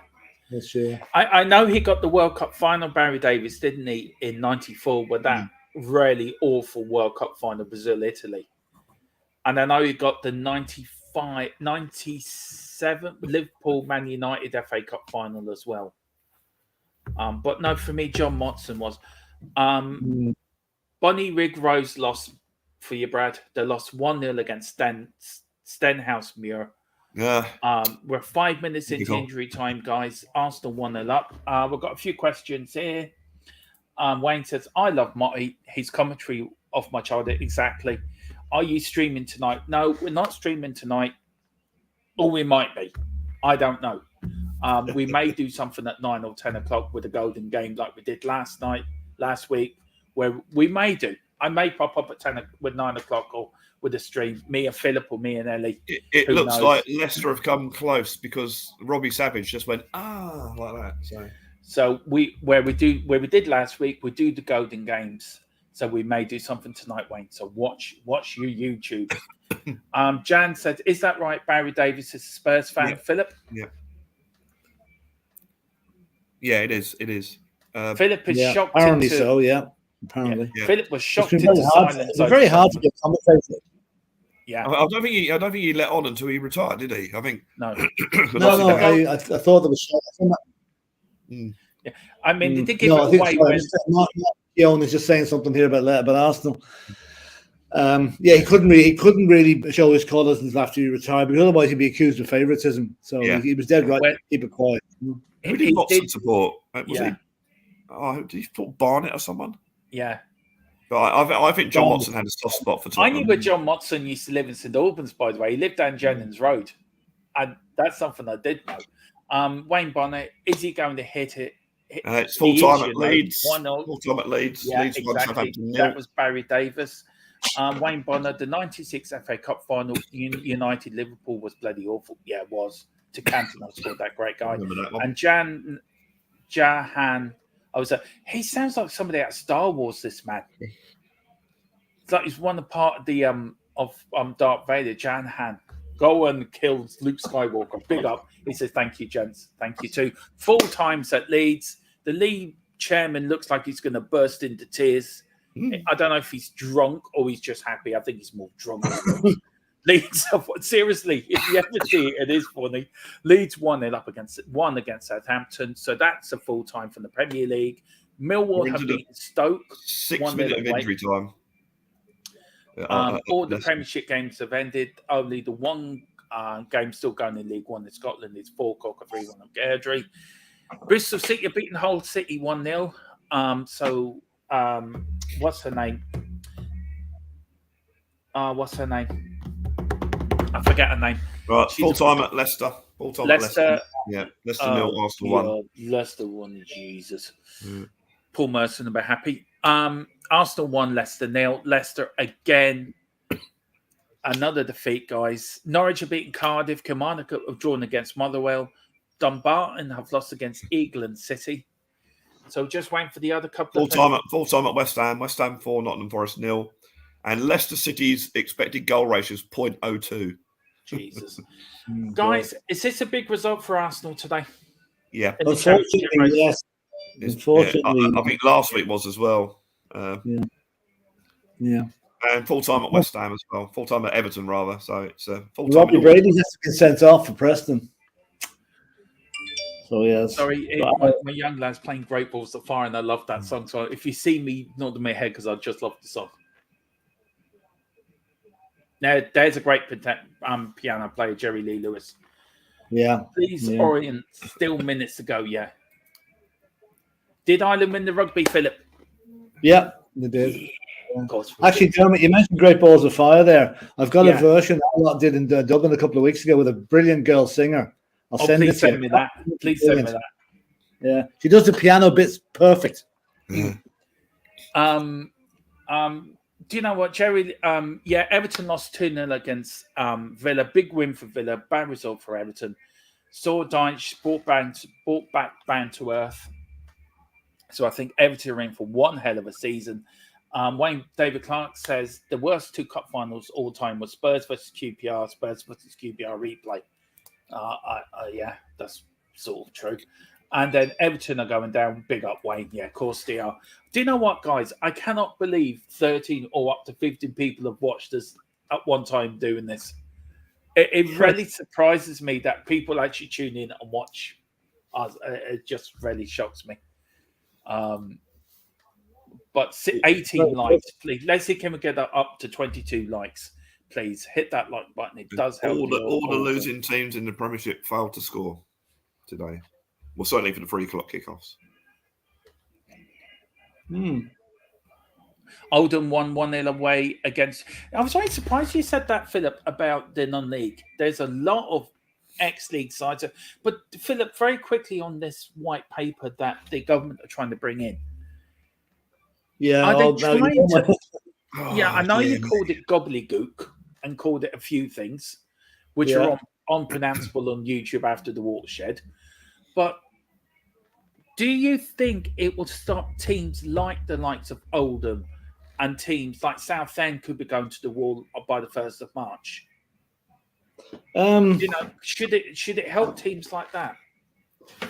Yeah, well, it's a great leveler. Because remember, it used to be the thing when the team finished bottom of the league, of Division 4, as it used to be, they used to have to apply for re-election. That's right, yeah. And all the other club chairmen would be brought out to dinner for the 2 weeks prior to that. And it was very rare for a team to be voted out. So this is a much clearer way of doing it, So you can't just depend on a club chairman taking a bung to stay up in the football league. So it's a good way of doing it. And Wrexham are going to be a big addition to the league when they get back in. They will do. So is that what happened when Arsenal got us relegated back after the First World War? That all the it was slightly different. Yeah. It was slightly different, but it was. You sure the wrong book?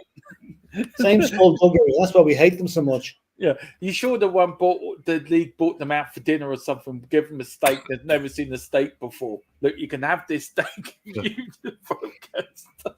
Well, that was 1919, wasn't it? Yeah. It was just after the First World War, so there's probably Yeah. rationing was still on, you know. So. Yeah, probably. Arsenal should have been relegated, and Tottenham should have been promoted, and they. We will. That's a show we will do. Look, anyone's asking where the Sol Campbell show, it is being put together. I'm putting it together at the moment. It is coming. Mm-hmm. Philip's going to ring me the day of that show. 2 minutes. Sorry, Dom, I can't come on. I don't feel well. Sorry, I've got a headache. I've got a headache. No, I won't do that. Oh, dear. Wayne Bonner says, Dermot, have faith. It's like the film of dreams. Brilliant film, by the way. If you build it, they will come. Well, I don't think that the title is done and dusted yet, because they're maybe 5 points clear of Man City as it stands on the same amount of games. But Man City have got a far superior goal difference, and Man City have got to play Arsenal at home. So if they won that game, then that brings it down to 2 points. So I still think City will win the league. I just hate to see Arsenal finishing above us. You know, that's the hard part to say. So true. Ellie's saying a very big win for Woolwich. I feel sick that Leicester bagged 4 past us, but only got 1 shot off target. There's one difference. Arsenal turned up today. We didn't turn up. Yeah, exactly. This last couple of weeks for Arsenal will be very important. That and the win they got at Villa last week, and then Man City not winning. Right, sports, football. I'm going to try to get the Premier League tables up if I can. Yeah, here we go. Right, so let's see now. We can bring the league up. There we go, guys. This is the Premier League table. As I nod my head to Nancy Sinatra. Sorry, get that advert off. Nobody wants to know applying for an Allied Ira. There's the top 5, guys. It's tomorrow vital we get a win against Chelsea with Newcastle playing in the League Cup. Yeah, that would be psychologically good for us. And they say you can have as many games in hand as you want, but it's always best to get the points on the board. So yeah. Like especially with our next 2 games after Chelsea being Wolves away and Forest at home. Forest, if Nottingham Forest play the West Ham today turns up, I'll be quite confident about that. Yeah. Then the bottom. Then how do you see it going? Look, you can Everton are now in the bottom 3 now. Yeah, I know this hasn't really updated yet, but if you look, say from Villa or say from Palace down to West Ham, Palace down. Any one of them could go down. Yeah. A Leeds victory today. Now they've gained some points. Southampton still in there, no? They're still in there. Who do you think is certain to go down out of that? Say from Palace to Southampton, guys. I'll start with you, Philip. I think Southampton. I don't think they're at the races this season at all. Let's see. My main reason for wanting Southampton to go down, nothing against Southampton. I want Bazuma to be sold in the close season and we buy him. That's what I want. So, and the middle of the pack, say from Fulham to Chelsea, how do you see that panning out? Mid-table mediocrity, hopefully, for Chelsea. Yeah, I think Liverpool are looking ominous. They've won their last 2 league games. And that's what it is. You only need to get a good run of games and you shoot up the table. So, is it down to 7th for the Conference League? Is it? Well, it's different this season, isn't it? Because there's some really weird thing where Tottenham, if they finish 5th, could get in the Champions League. Yeah, there is something with that. Yeah. When does that law come in that the top 5 qualify for the Champions League? I don't know, but there's something about the UEFA coefficient that we're coefficients. Yeah. So it's it could work out that way. I mean, obviously, you need to win your games. You need to get there for 4th. Yeah. Sorry, Daniela. Sorry, go on, Philip. I'll say no in our luck. We'll probably finish 5th, and they'll decide not to allow the 5th team in. Yeah. Sorry, I forgot to bring up the league table for Daniela for Leighton Orient. Now, this isn't up to date. This is before the matches today, so you can add in how Orient got on today. And Orient, I look at that. I mean, Orient are so far ahead of League 2, guys. I mean, I mean, but look at that though, from Stevenage down to say Salford. If you look from Carlisle down to Salford, that's tight. Well, Bradford as well. Can you see this going from 2 to 7 all the down to last game of the season, guys? Which one, the League Two? Yeah. So most leagues will have something to be decided in the last day. You know, especially the teams that they play an awful lot of matches in those leagues. Yeah, I can see. Yeah, certainly, and plus especially at the bottom, because with the team that comes bottom, bang, they're gone. So you know.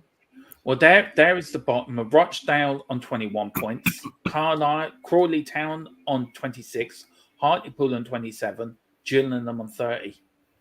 I mean, Rochdale are probably gone. So you're probably saying it out from where? From Harrogate Town down to Crawley, would you say, Brad? Possibly, yeah. Yeah. Well, there you go. Leyton Orient, of course, got a draw today, so that's 71 points they're on. But Stevenage got 3 games in hand in them.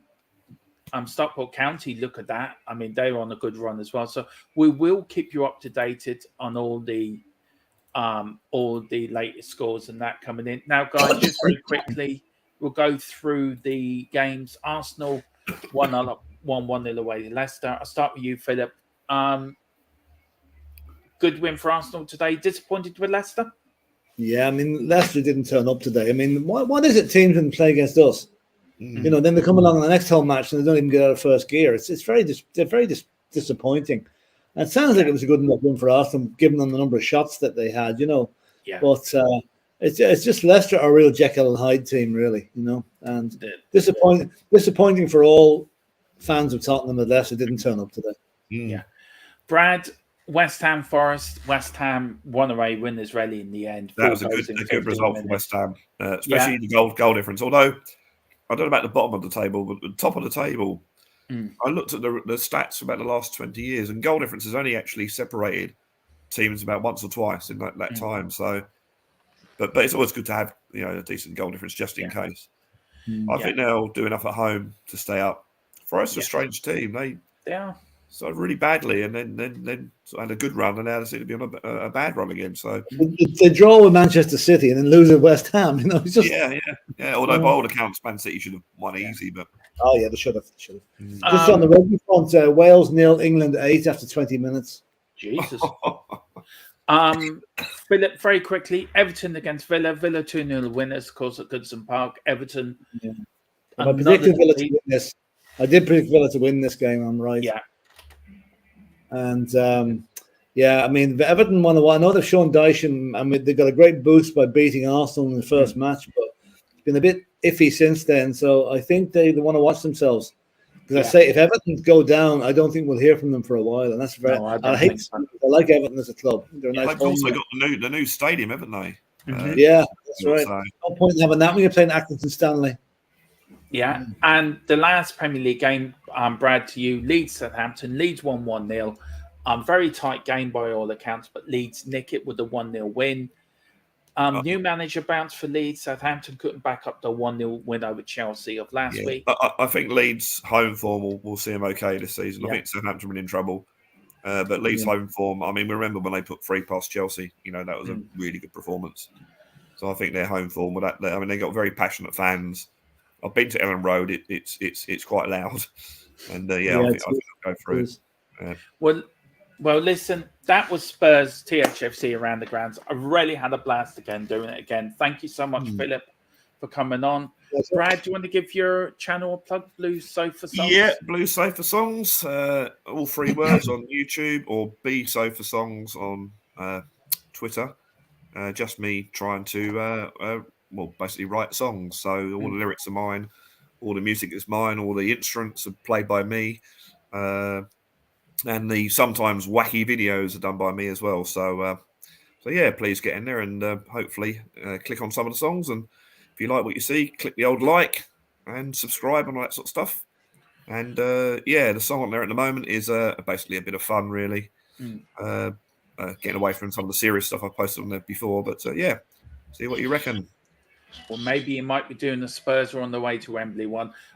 Well, actually, funny you should say that. I was on We Are Tottenham TV yesterday on their fan show, and they asked me that.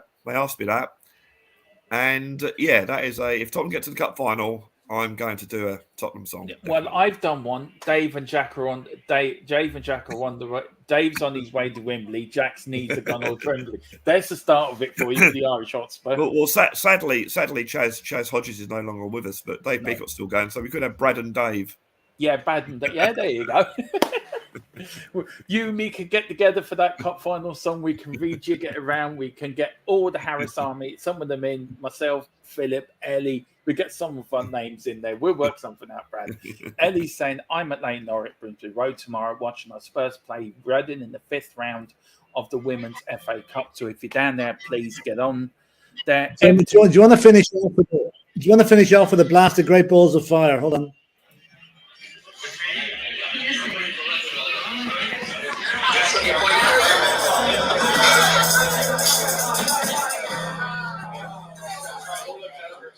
Come on.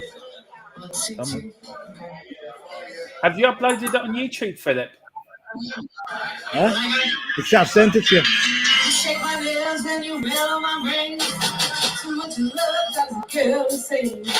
You broke my chick.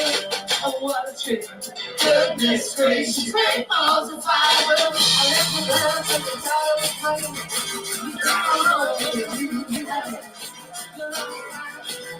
the Very good. It's very good.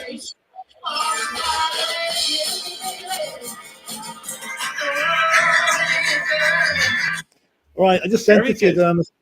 I sent you. It's the second one I sent you. The first one's the wrong one. So. Okay, I'll get the. What I'll do is I'll get that done. Yes, Paul. Big up, Paul G. Listen, we probably will be on tonight about 9 o'clock. Do some golden games. I don't know who's going to be on with me, if Ellie is, or if Philip's going to pop on. Yeah, I don't know if I'd be a ref. From around, I'll come on, but I don't know yet. Yeah, we may do something because we did it last week as a bit of a pop-up and people seem to enjoy it, the Golden Games. So we're going back all the way back to 74, 75, pick something then from the early 80s and then we'll build up for tomorrow. But listen, guys, thank you so much for today. Really enjoyed these around the grounds. Sure. Have a great time doing it. Yeah, Brad. So hopefully now we'll be back next week, the three of us, the 3 soccer Saturdays. Myself as Jeff Stelling. Paul Merson, that side of me, or that side of me, or that side of me.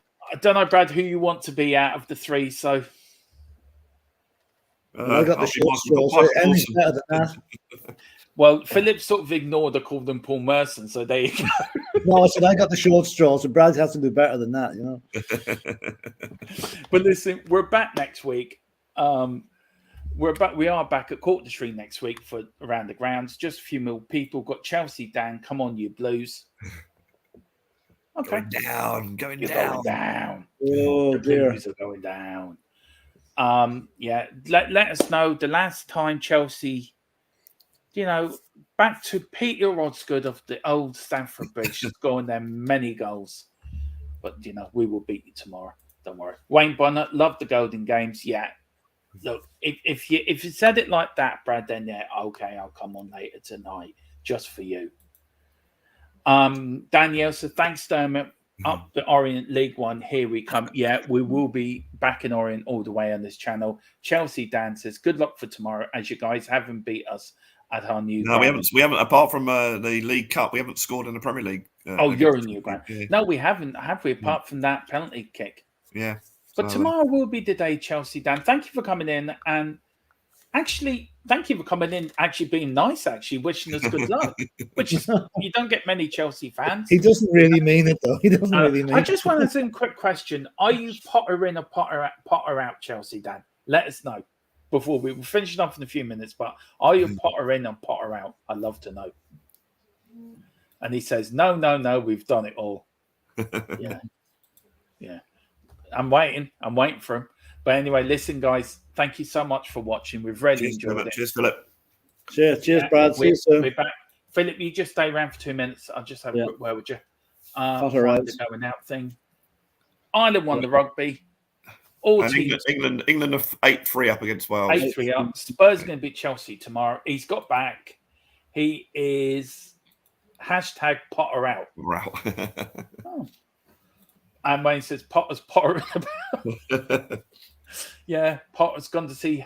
He's gone to see. He's gone with Hermione to see. I don't know what's he saying. Mia, big up Mira. Harry Potter and Mia. Right, I will end the show now. No more. See you later. God bless you. Come on, you Spurs. Beat the Blues.